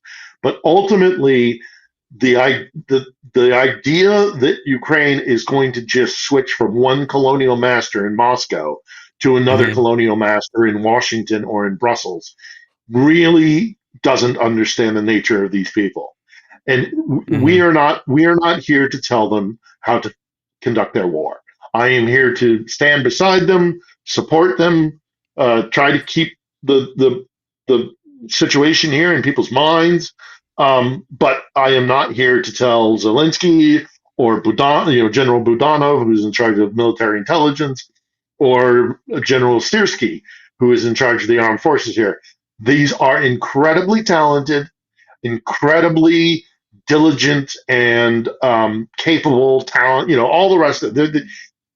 they are fully capable of conducting this war in the best way possible. They know their enemy better than anybody else, and you know, again, I don't, you know, I'm fine for like our involvement in our kind of suggestions and our integration and our kind of participation in an alliance or whatever.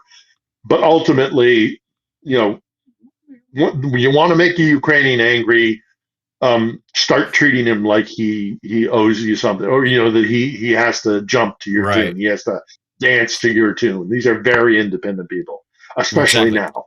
Let's take a break. So, We'll be back right after this. It's the Housemarks radio program, Mega Worldwide, on WCPT Radio, Chicago's Progressive Talk, and also on we're on iHeart, I think, as well, aren't we? I think so. Yeah, I'm fairly certain we're on there as well.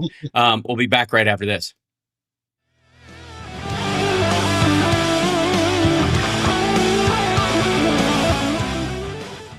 It's the democracy, stupid. Mm-hmm. Let's see, 1 second.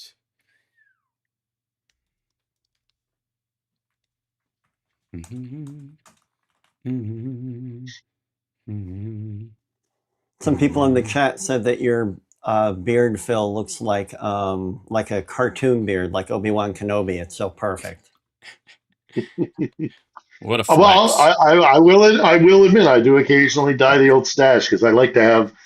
I the consider distinction. the beard to be in three parts. I got my sides here, which I try and keep thin, keep a little Colonel Sanders here, and separate the mustache by a little bit of dyeing.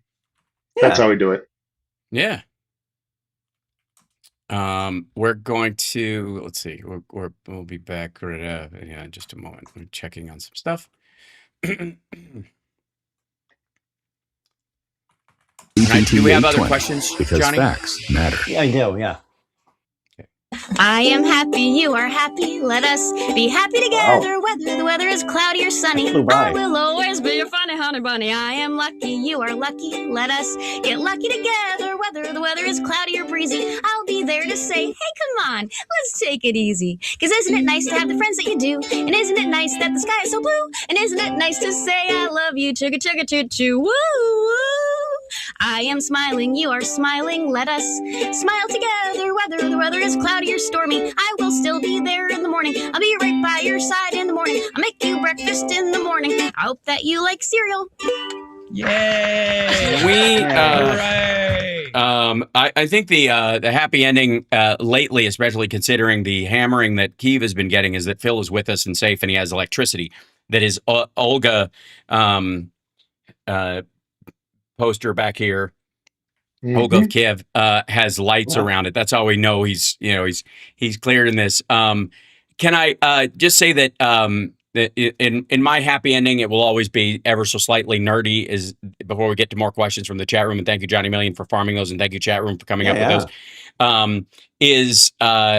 That thanks to the AI, get ready to get booed. But thanks to AI, they have basically discovered a universal coronavirus vaccine that works for all coronaviruses, and it will be entering human trials very soon, but it will go across the entire category of them. Even if you have a new and a novel one, it will be able to handle them as well because it is universal to the structure of coronaviruses. And that, considering those are the most, I know Ebola is scary, but it's very hard to pass from person to person. And of course, screwworm is an issue unless you're Ted Cruz as far as transmitting it to another person. I think he's uniquely vulnerable.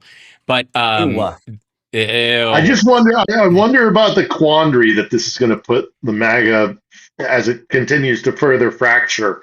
Because, there'll be the whole part of MAGA that's the tech bro guys that are like, AI is amazing, man. Right. And then there are going to be the guys who are like, AI is the devil and the sign of the beast and these vaccines.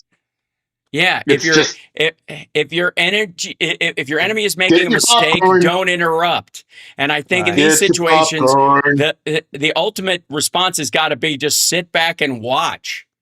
Because the science will be the science. If it works out and it's actually effective and viable and stuff like that, there's no reason not to have it. And if it isn't, and they still got to go back to the the drawing board, so be it. That's life. That's the reality of it. I don't care what their kind of like paranoia on principle attitude that they have that is making them basically attack Trump from the inside right now. Like they built this paranoid tornado and they built a house in the middle of it, and that's their problem, not mine. Let's grab another question, by the way. Yeah. Right on. Yeah. All right, I've got, this is from Deb Denny. Ask Phil if he knows about the new policy, NDAA 244, for our and Israel's military to, quote, merge and share intelligence and weapons research and development. Yeah, I mean, not great. Some people have speculated that it's an example of Israel trying to gain more control over our military. I don't think that's the case. But I hate this. I have no love for the IDF. I have no love for the Israeli military. I have no love for the Mossad. I have been shot at by the IDF. I was in the second Intifada. I covered it as a journalist. I was at the siege of the church in the Nativity in Bethlehem. The IDF is, their ethos, their military ethos, and it's so controversial, but it's just the way it is. Having made content, there are a lot of jerks in the IDF who are trained, they are trained, they are indoctrinated, they are. It's a zealot factory. Why wouldn't it be? And because you're fighting you're taught that you're fighting for the very survival, your very existence against these heathen powers, and all the rest of it. So you have all the license in the world to be as brutal as you want, and it's just like, I remember when the very tail end of apartheid in South Africa was happening. Right. That's, I'm old enough to remember that period of time. And I was living in London at the time, and South Africa is part of the Commonwealth of Nations, so they could come to Britain, the South Africans, and they could live and work for, I think it was 2 years. And you would meet these guys in, because I was a backpacker, basically. You meet them in hostels or, whatever, and they would instantly be defensive. Because on some level of their brains, they knew that apartheid was wrong. I get that very same gist from the Israelis, that there is this instant, reaction.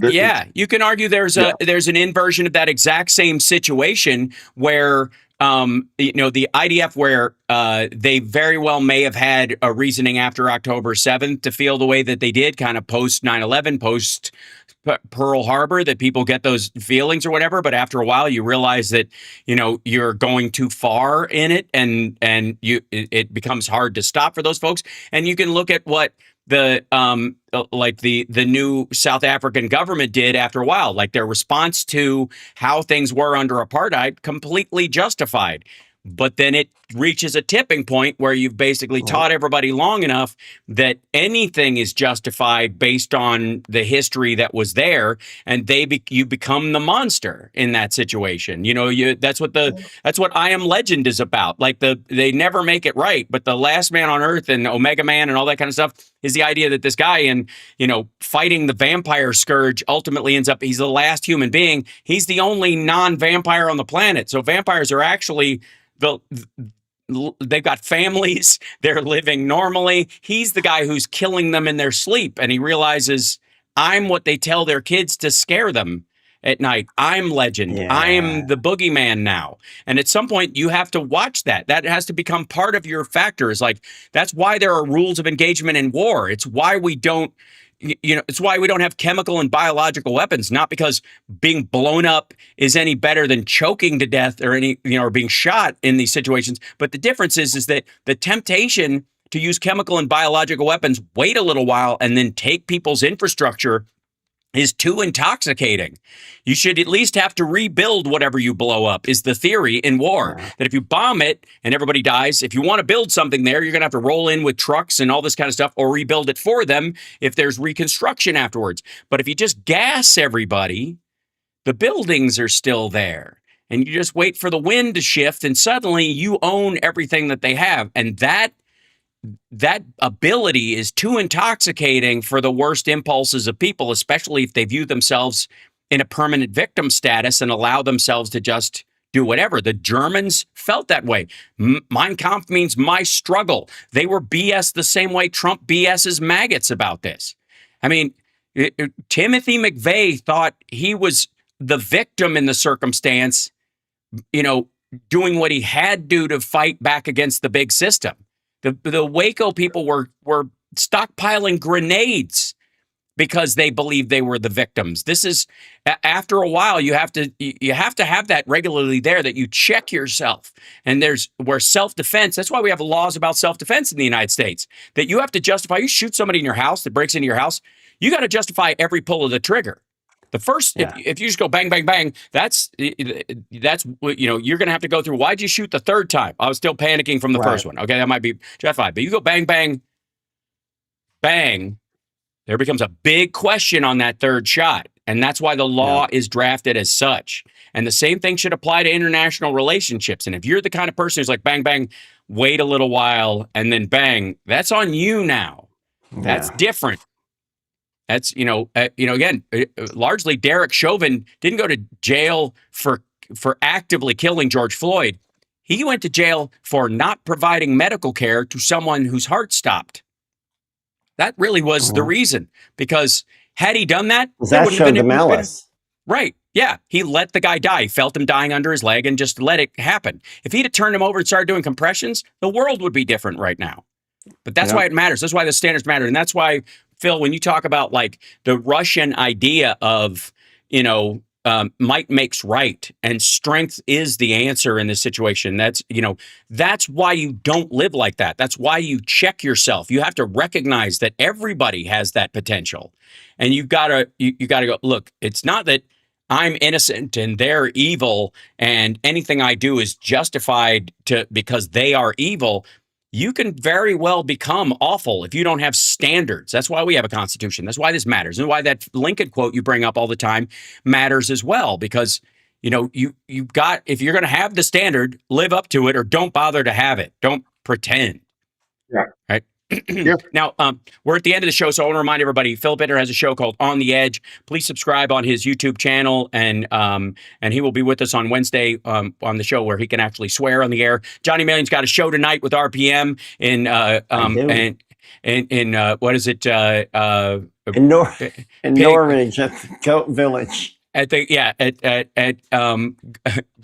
Goat Poker night. Goose Knuckle. That's what it is. At Goose Knuckles in Flamebridge, and I'll be in San Jose at the Ritz in California, and I'm hoping that because it's San Jose and that's where the Figure 3 factory is, that we have a lot of robots show up and rock out. That's my goal for the show at the very least. It is Nerd Halen after all. We'll see you guys then. Thank you, Chicago. Thank you, everybody. Like, subscribe, give a thumbs up, support the show. We'll see you next time.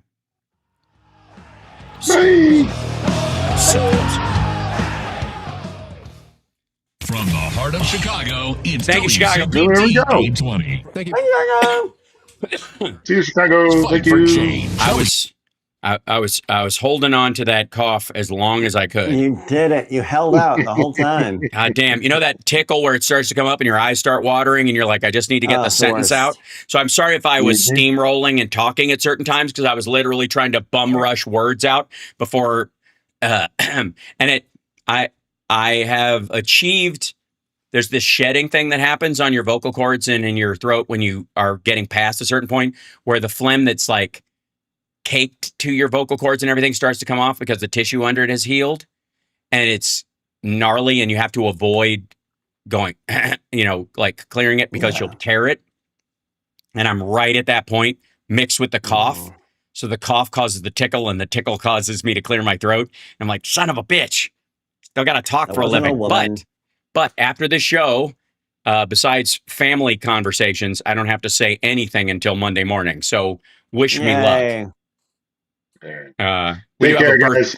Yeah. So anyway, appreciate You you. have a Be birthday. safe, Phil. All right, good. Yes. All right. All right. Yes. Take care, guys. All right. We'll talk soon. All right. All right. Bye, everybody. And then, Johnny, you're out. Did you leave it? Yeah, he left. Okay, he's gone. Okay, so just the two of us. We can make it if we try. Just the two of us. You and I. Look, I went to the high note. Somebody was bothering me about it. The Russian troll on YouTube is rather entertaining. We gotta love the trolls and thank the trolls, guys. Let them know you don't ever feel, and I mean this legitimately. Don't ever feel the need to defend my honor to the trolls. Just flick them, because literally the traffic helps us. Mock them because they love that, but also go, oh yeah, tell me more about that. Let them write their diatribes. And if they write anything that's kind of directly bigoted, racist, sexist, anti-gay, whatever, we'll take it down because of the language, right? But yeah, the trolls, they've got no power here. Now go away before someone drops a house on you, right? Seriously. So thank the trolls around here. We have a different approach. I know other folks feel that need, but I got to tell you, ladies and gentlemen, the sooner you recognize that self-righteous indignation is their entire goal. They want you upset. And if you want to take away their power, genuinely, and I think you do, if you want to take away their power, trolls in any format, wherever you are online, and you find yourself getting caught up in the fight, your fallback should always be, that's adorable, right? Just, aren't you precious? You know, that kind of stuff. Just step back from it, check yourself and recognize that you are taking their bait, remove yourself from their battlefield and drag them onto yours. Yes, hug a troll, right? And I ask them, does somebody need a hug? Like, watch how their reaction is that. You could be absolutely right in your response. You could hit them with facts and all this stuff. You don't know if it's even worth the effort because they're a bot. Right? Don't waste your time. And I'm not just talking about here in my chat room, every chat room. This is the best practice you can do. It works every time, and you will feel so much better. Right? Yes, please tell me more, oh wise one. You can also, if you want to, drop a Trump Epstein gif or something and then just move on. But never return to the site of a gifting. Just for the record, I'm telling you, this is the way to do it. Never return to this. If you're going to just gif the fuck out is the plan. I think that works. Yes. So never get caught up in the self-righteous indignation or the upset, because that's what they want from you. And if you know that's what they want from you, if you want to actually return fire appropriately, you want them upset and all that kind of. Do unto them what they would have you do unto you yourself, by yourself, when you're alone and the lights are low. This is crucial. I really do mean this. If you want to have an impact on them, this is how you do it. This is how we do it. I'm just letting you know. So anytime a troll shows up here, don't feel the need to defend my honor. They can't. They can take none of my honor. They can't do anything.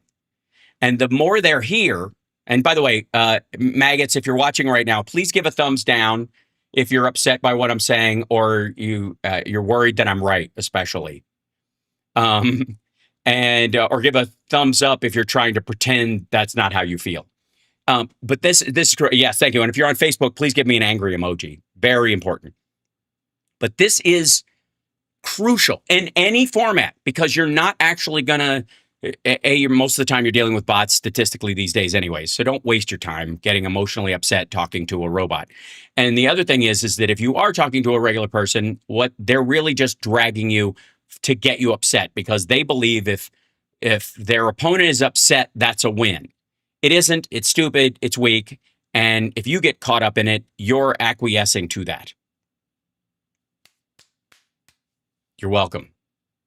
So that's a little tip from your Uncle Hal. Go for it. Go forth and bring joy and silliness into the world of online discourse.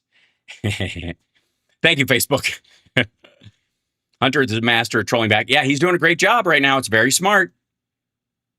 And that is find them on the battlefield that they're on and allow them to punch themselves out. The Ministry of Silly Posts. That's exactly right. Look at all the Facebook angry tweet. That's the way to do it. Yeah, Hunter's very smart about this. Thank you, Crimson. Put some honey in your tea. That's what the director told us to do before and after a concert. You're absolutely right. I have some Manuka honey that I'm going to use right afterwards. I do the vitamin C drink, that's fizzy, but I do it in hot water, and then I put honey into that.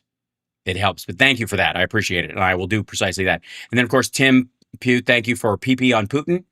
I don't know if that's something he likes. So I don't know if that's, you know what I mean? Somebody that messed up has clearly got to have, odd sexual desires. So I think just shovel sewage on him. Because at some point, that's got to hit a tipping point where it's just no longer pleasurable. That's my theory. And I'm sticking to it. All right, I'm going to let you guys go. Have a beautiful day. I'm going to go rest my voice. I gotta. Let's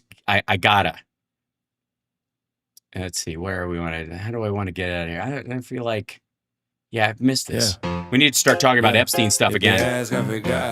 Every time somebody says the Iran war is over, go, good, we can pivot back to Epstein now. Every time.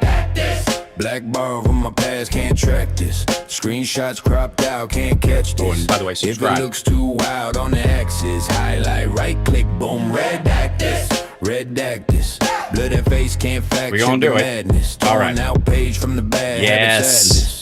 If the story get messy in the ad libs, highlight, right click, boom, redact this. I was young, I was dumb, I was scrolling. Type way too much, hit send, heart swollen.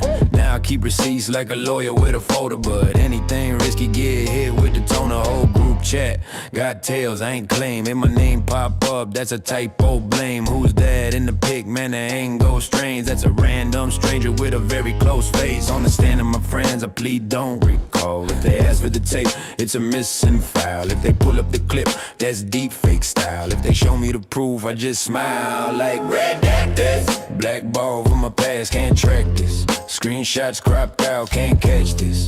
If it looks too wild on the axis, highlight, right click, boom. Redact this. Blur that face, can't fact check the madness. Torn out page from the bad habits atlas.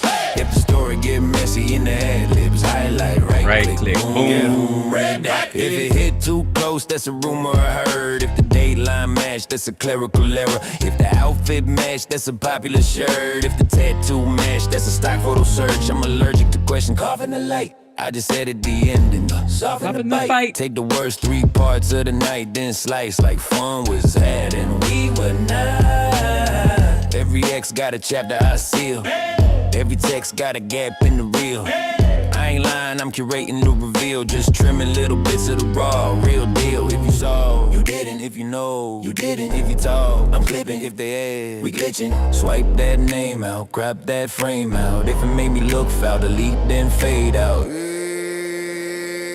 Redact this. Black ball from my past, can't track this. Screenshots cropped out, can't catch this. If it looks too wild on the axis, highlight, right click, boom, redact this. Redact this. Blur that face, can't fact check the madness. Torn out page from the bad habits atlas. If the story get messy in the ad libs, highlight,